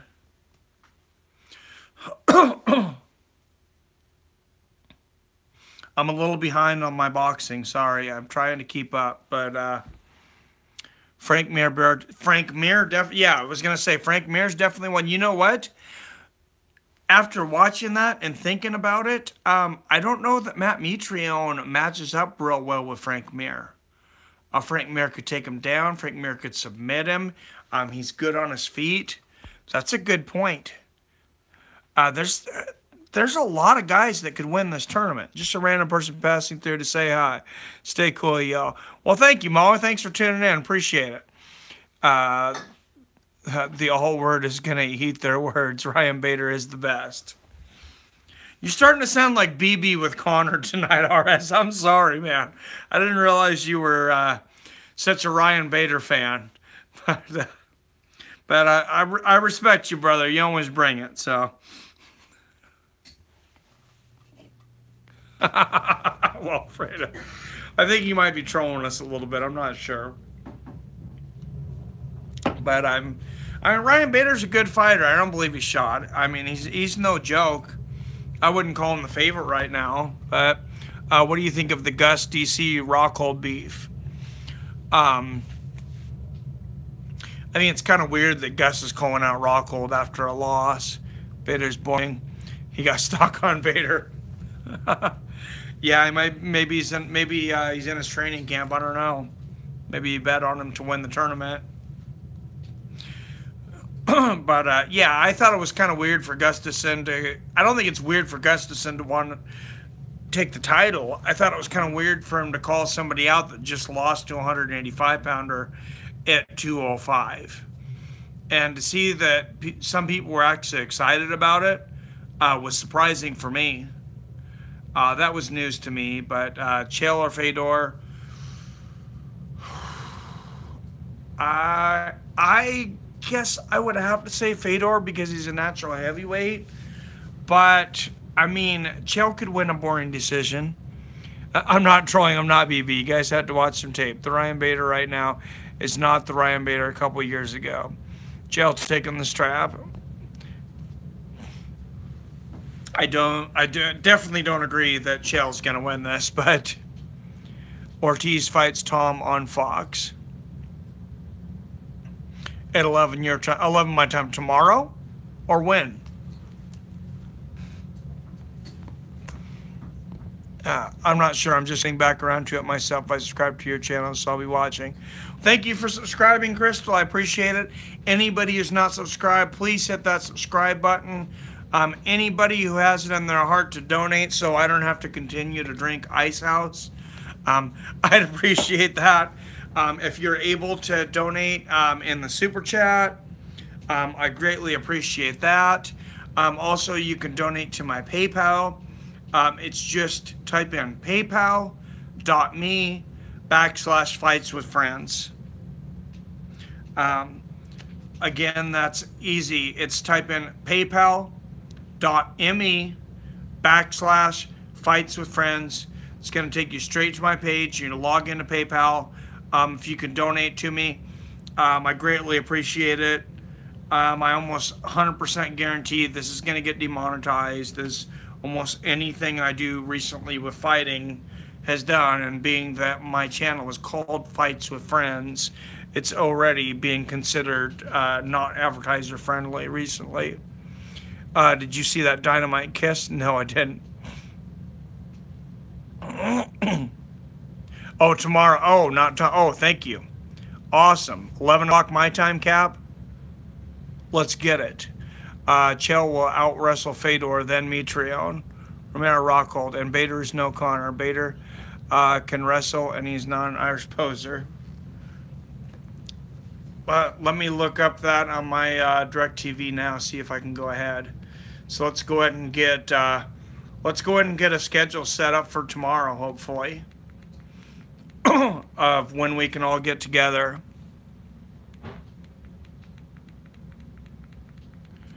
So we got boxing. My wife's gonna kill me tomorrow. She's already saying I'm spending too much time with you guys.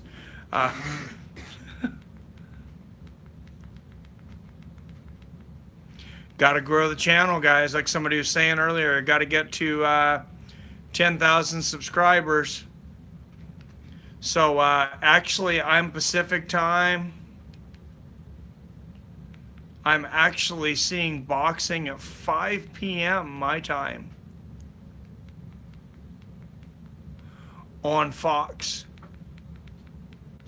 That's what it's saying. 5 p.m. on Fox, boxing. So let's do it tomorrow.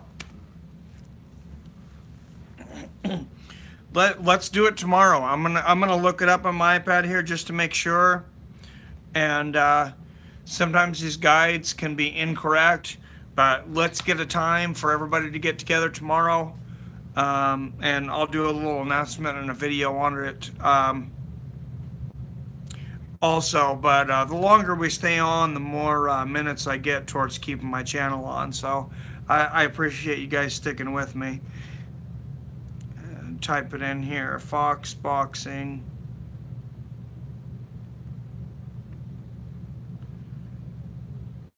February. What's tomorrow? 17th.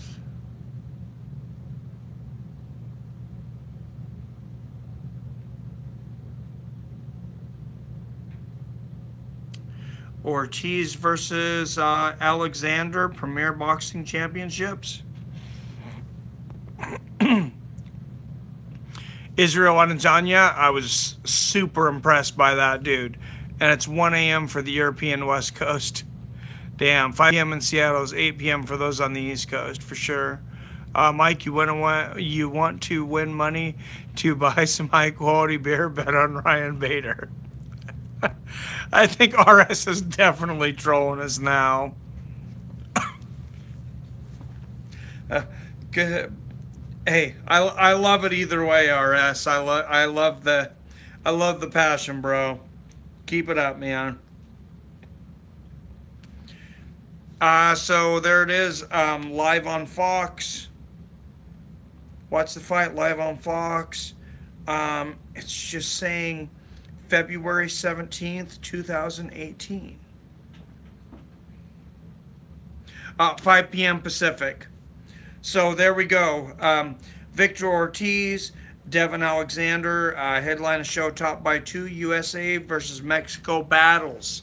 So tomorrow it is the United States versus the Conquistadors of Mexico.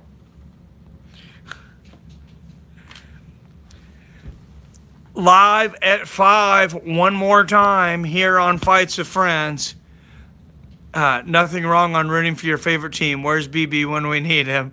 Hashtag Bader D. Oh my God. If you bet Bader, you're drinking natural light. Oh God, I think I'll just drink water before I drink natural light.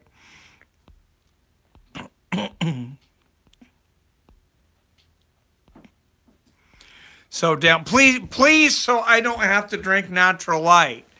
Anybody, if you could donate just a few more dollars on that super chat before we leave, or subscribe, anybody who hasn't, to keep this channel going.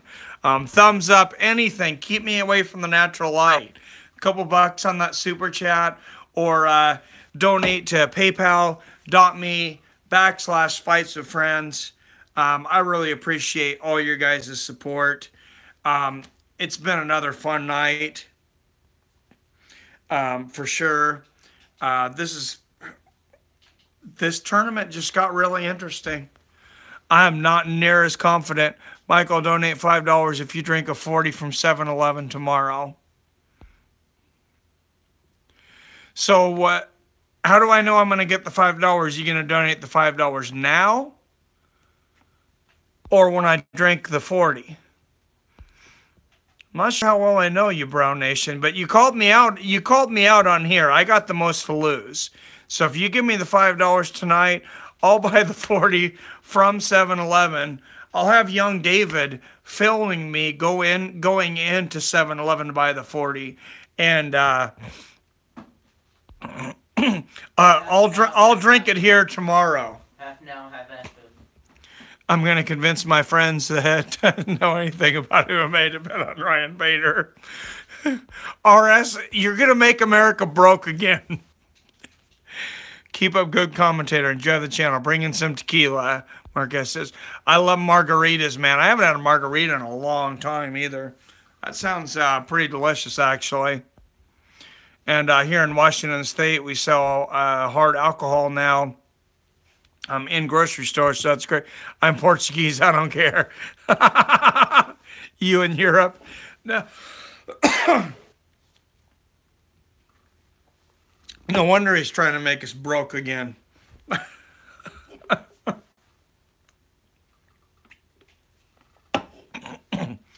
Oh, I love it, guys. If you bet Bader, you need to start drinking O'Doul's because you might get wasted. Oh man, yeah. Trust me, I don't drink beer for the taste. There's quite a few that taste better than Ice House, but it's definitely not the worst. Not the best, not the worst. But yeah, join me tomorrow. Live at 5, as you've said in the past, 5 o'clock Pacific, for some boxing on Fox. $5 US dollars from Adam Hartage. Dead fat kid giveaway.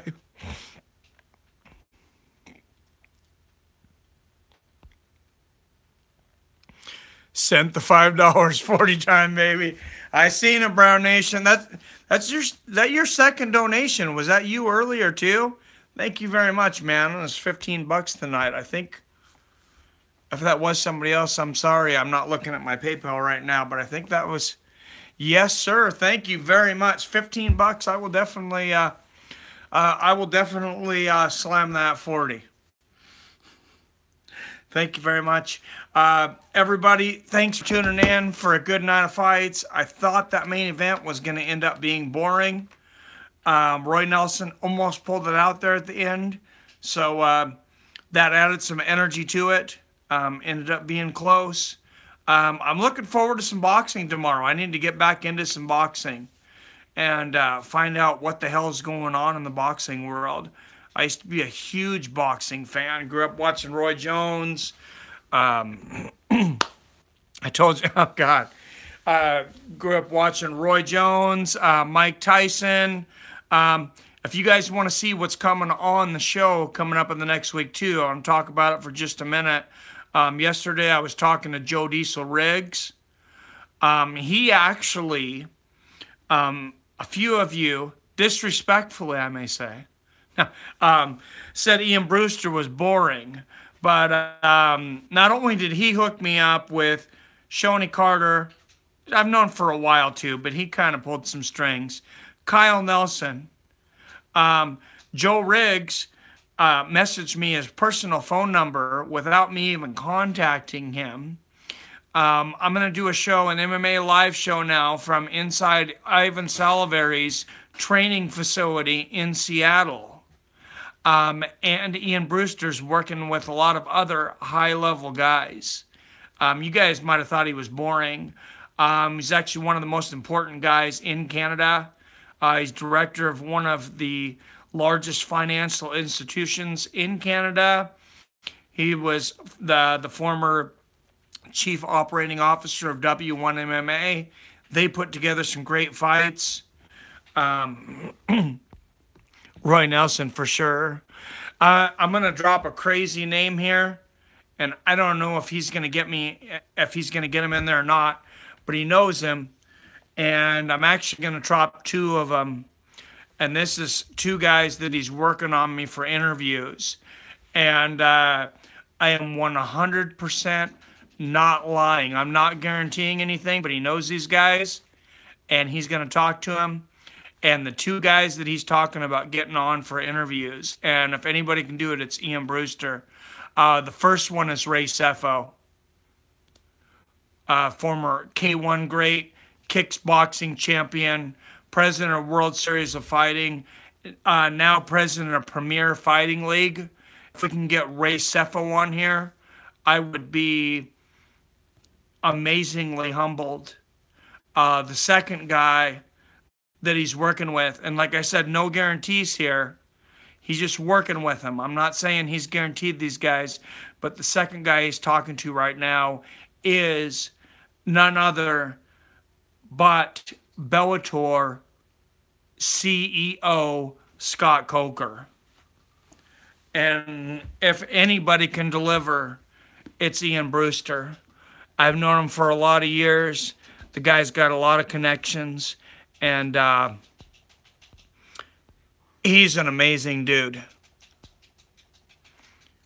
Roy Nelson is a sleeper, says Joyce. He lost, though. That's the thing, though. He's a beast, but he lost. You say he's a sleeper. He's not a sleeper in this tournament, though. He lost. Tell Scott Coker I said he was better than Dana. That's the first thing I said when Ian said that he was talking to Scott Coker and talking about getting him on there. And I said, I have a lot of guys on my channel that would be really happy to see Scott Coker because they believe that he's a better promoter than Dana White. So I knew you felt that way, Cap. So hopefully I can land him. If anything, I'm going to be landing a lot of good guys on here. Dana's a goof. I got a lot of respect for Dana. He pisses me off on a regular basis. But the thing is the guy's also a promoter, and he's been doing it for a hell of a long time. Not even drugs could change the truth. Master level trolling from RS tonight. Master level. I think this is about the third time that RS has won comment of the night. I'm going to give him comment of the night again just for persistence. I'm surprised Dana never got his butt kicked. Can you get Stipe on soon, please? Oh, man, good luck with that. That guy is so busy. I would reach out to him. Personally, I've been talking to, like I said, I'm going to get Joe Diesel Riggs out there. I've been in communications with one of my favorite fighters, Chris the Cripper Lieben. He's been very busy with the training. Also got a new child, a newborn child. At first, I thought he was kind of being nice and pushing me off. He's like, yeah, I'm really busy. I don't really have too much time. I told him, I'll make time for you. He reached back out to me and said, maybe we'll try to do this. So actually gave me his personal telephone number. So I don't know how soon it would be, but I wouldn't be surprised to get Chris Lieben on here too. I'll shoot him a text for he says Bailey. Well, thank you. I'd appreciate that. Dinner reminds me of my uncle that spends the entire family reunion grilling burgers and sausages. That sounds delicious. Hey, I'm getting hungry from watching all these damn commercials about food, and now you're talking about sausages and burgers. Have you seen? He's getting so strong. But now you're starting to scare me, RS. RS, tell us that you are not masturbating to a half-naked picture of Ryan Bader right now. Please tell us. What do you think would happen if you get a hold of John Jones' chicken arms? I guess if you do enough drugs, you might be able to convince yourself that he did win. I'm sorry for my brownies. Oh my God.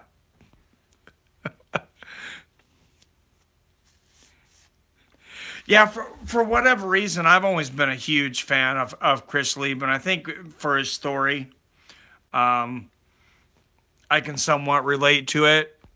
What if RS says yes, Mike? RS is balls deep. Well, I can tell you, I'm not going to ask for a live stream. That's what.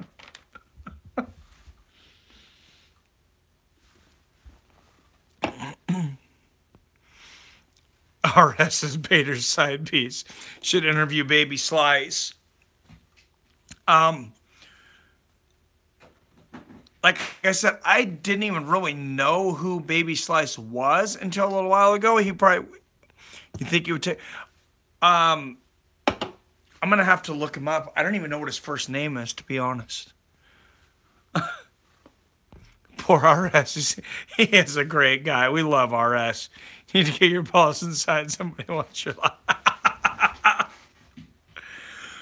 Oh, you are killing it tonight, RS, my friend. Absolute destruction of the comment section. How does a John Jones and Gus rematch do, Mike? I'd be excited about it if they promote it correctly. And it's John Jones's first fight back. I don't see how it can't do 1 million pay-per-view buys. If that fight does not do 1 million pay-per-view buys, that is the UFC and Dana's fault for not promoting it correctly. Because that's 1 million buy fight. Dana, like Uncle would say it. I'm not gay, but anybody can see how. What is RS drinking tonight?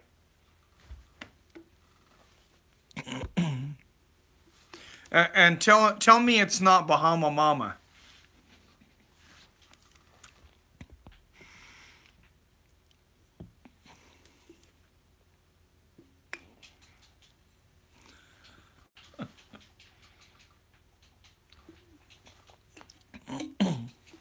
But the fight itself.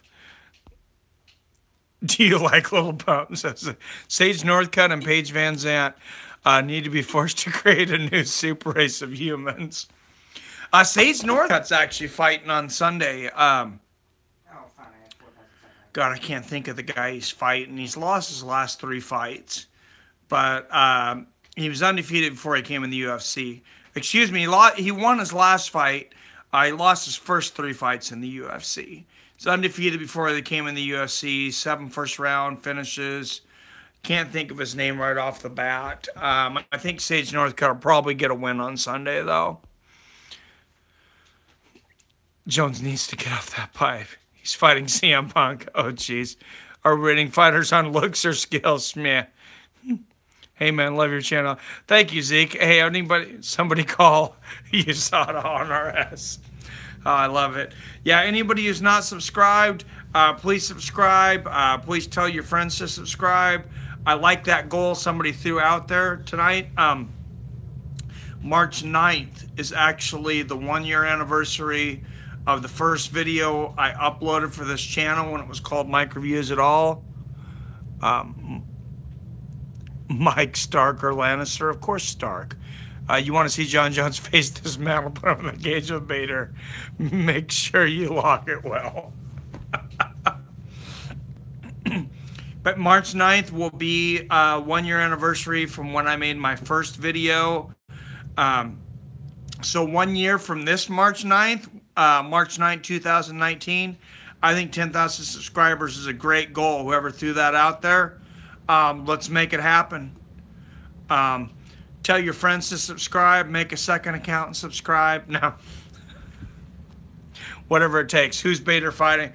Bader's fighting Matt Mitrione next.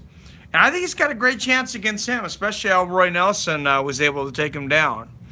I remember what my man Rumble did to Bader. Rumble was just on another planet. That guy, the power, I don't know what happened towards the end of his career.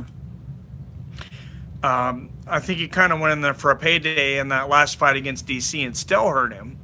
RS, do you remember the first fight between Bader and Jones? I really miss seeing Nate Diaz fight. Plus, seeing him put every brain cell on the line in his post-fight interviews is entertaining as well. McGregor is not retired as far as I know.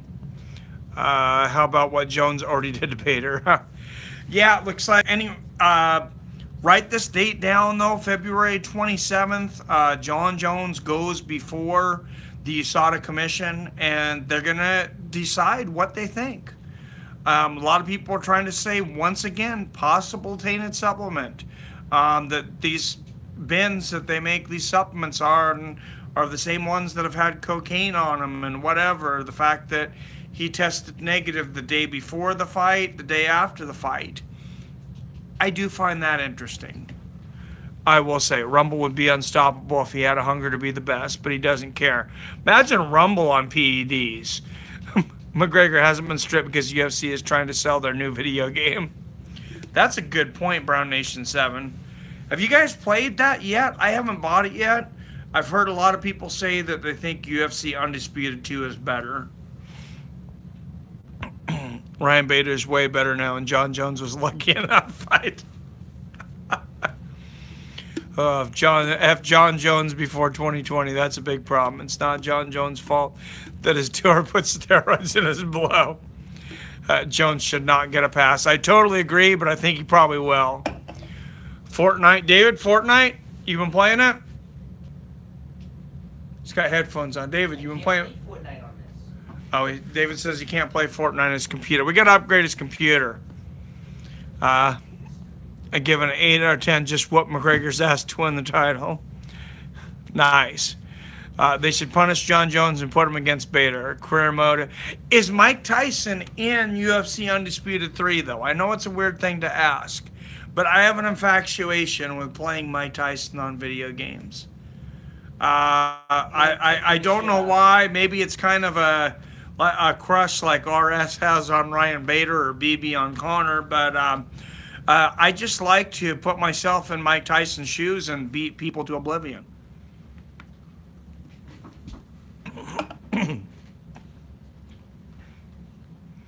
Lesnar versus Jones, UFC 226 co-main event. Good call. Good call, 901. The question is, oh my God. I want to get UFC 3. First, I just got an Xbox One. First, I have to get my Xbox Live account back on. And then I'll go on and play. Jones will get a pass because Connor, Rousey, Lesnar, Anderson, Silva, and GSP is all gone. UFC needs a star. I agree. 100% agree, Cap. You can unlock Joe Rogan in UFC 3. Oh, I might buy it just for that. We'll see. No. I'm not getting it. Bader's not on it. That is incredible. I've seen some video, though. I've seen some people say that it's not as pretty as UFC 2. I just have UFC 1. That's the only one I've been playing. And I was about to buy UFC 2, and then 3's coming out. So I'm like, maybe I'll just skip. Joe Rogan and Bruce Lee. Bruce Lee was an all. Bruce Lee's awesome. Hopefully Hoist Gracie's in there, too. Hoist Gracie, obviously almost unbeatable on the ground in the first UFC. Where's BB at? I need to practice my trash talk. I think BB was in for a minute today. It might have been before the mainstream, but it seems like I've seen him today, unless I'm running my days together, which is quite possible. Yes, Hoist is in there. They just need to get Tyson in there. If they have Tyson in there, I'm buying the game. You got Bruce Lee, you got Hoist. Give us Tyson. RS, if you drop an additional $80, they'll send you the Bader Special Gold Edition. Comes with a giant Bader fat hat. I love it. McGregor should pray to Floyd every day, every morning. Could you guys honestly really imagine, though, if Floyd Mayweather actually got in the cage with Conor McGregor? I mean, he might seriously die. Yeah, Tyson wasn't. That's why, honestly, I was thinking about just buying the EA UFC 2 because Tyson's in it. And I know it's a little weird. I'm such a big Tyson fan. I've been watching him forever. But I don't know how many people are still playing 2 online. I would like to get online and play. 1 is a lot of fun. Yeah, and I've seen some Bader's neck no human can choke. God. Floyd's life will be ended for sure. Floyd will die. So, Mike, thanks for tuning in, man. Hey, anybody who's not subscribed, like I said before, please hit that subscribe button. We got a new huge goal. We got till March 9th. We're setting it today, though, here, March 9th of 2019. That'll be 2 years from when I uploaded my first video. 10,000 subscribers. We hit well over 1,000 before the first year. We're going to 10. Thanks for tuning in, Mike. It wouldn't taint his record. No, it wouldn't. That's the thing. 60 and 0, if you can say, oh my God, Brown Nation. Why does he get a pass for that, though? I mean, he almost killed his kid's mother. And yeah, he gets a pass. I can't believe he still has fans. McGregor almost died. It was not for the ref. Well, thank you, Mike. Floyd fighting in the UFC is a win-win situation for him. As long as he gets paid a lot.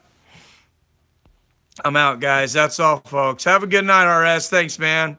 Bye-bye, Bader. If he wants to lose his life, it's a win-win. Darth Vader.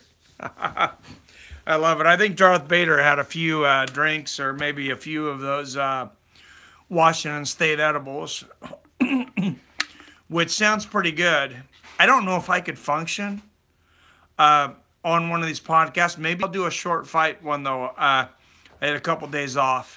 I'll grab an edible at the beginning and we'll try some fights, or we'll talk about whatever. Maybe we'll just do conspiracy theories, and I'll drop an edible, and we'll just see how it goes. Thank you for those. Sorry being from Europe. I'm always late. Hey, thanks for tuning in, man. Don't apologize for anything. I appreciate it. All right, guys. I think I'm going to end this night. My wife's been very sick. She's actually been very patient. She's been upstairs because she's been coughing so much. So kind of feeling like a little bit of an a-hole. I think I'm going to go ahead and end this till she can come downstairs. Love you guys. See you tomorrow at 5 p.m. And I will make sure and remember to bring that 40.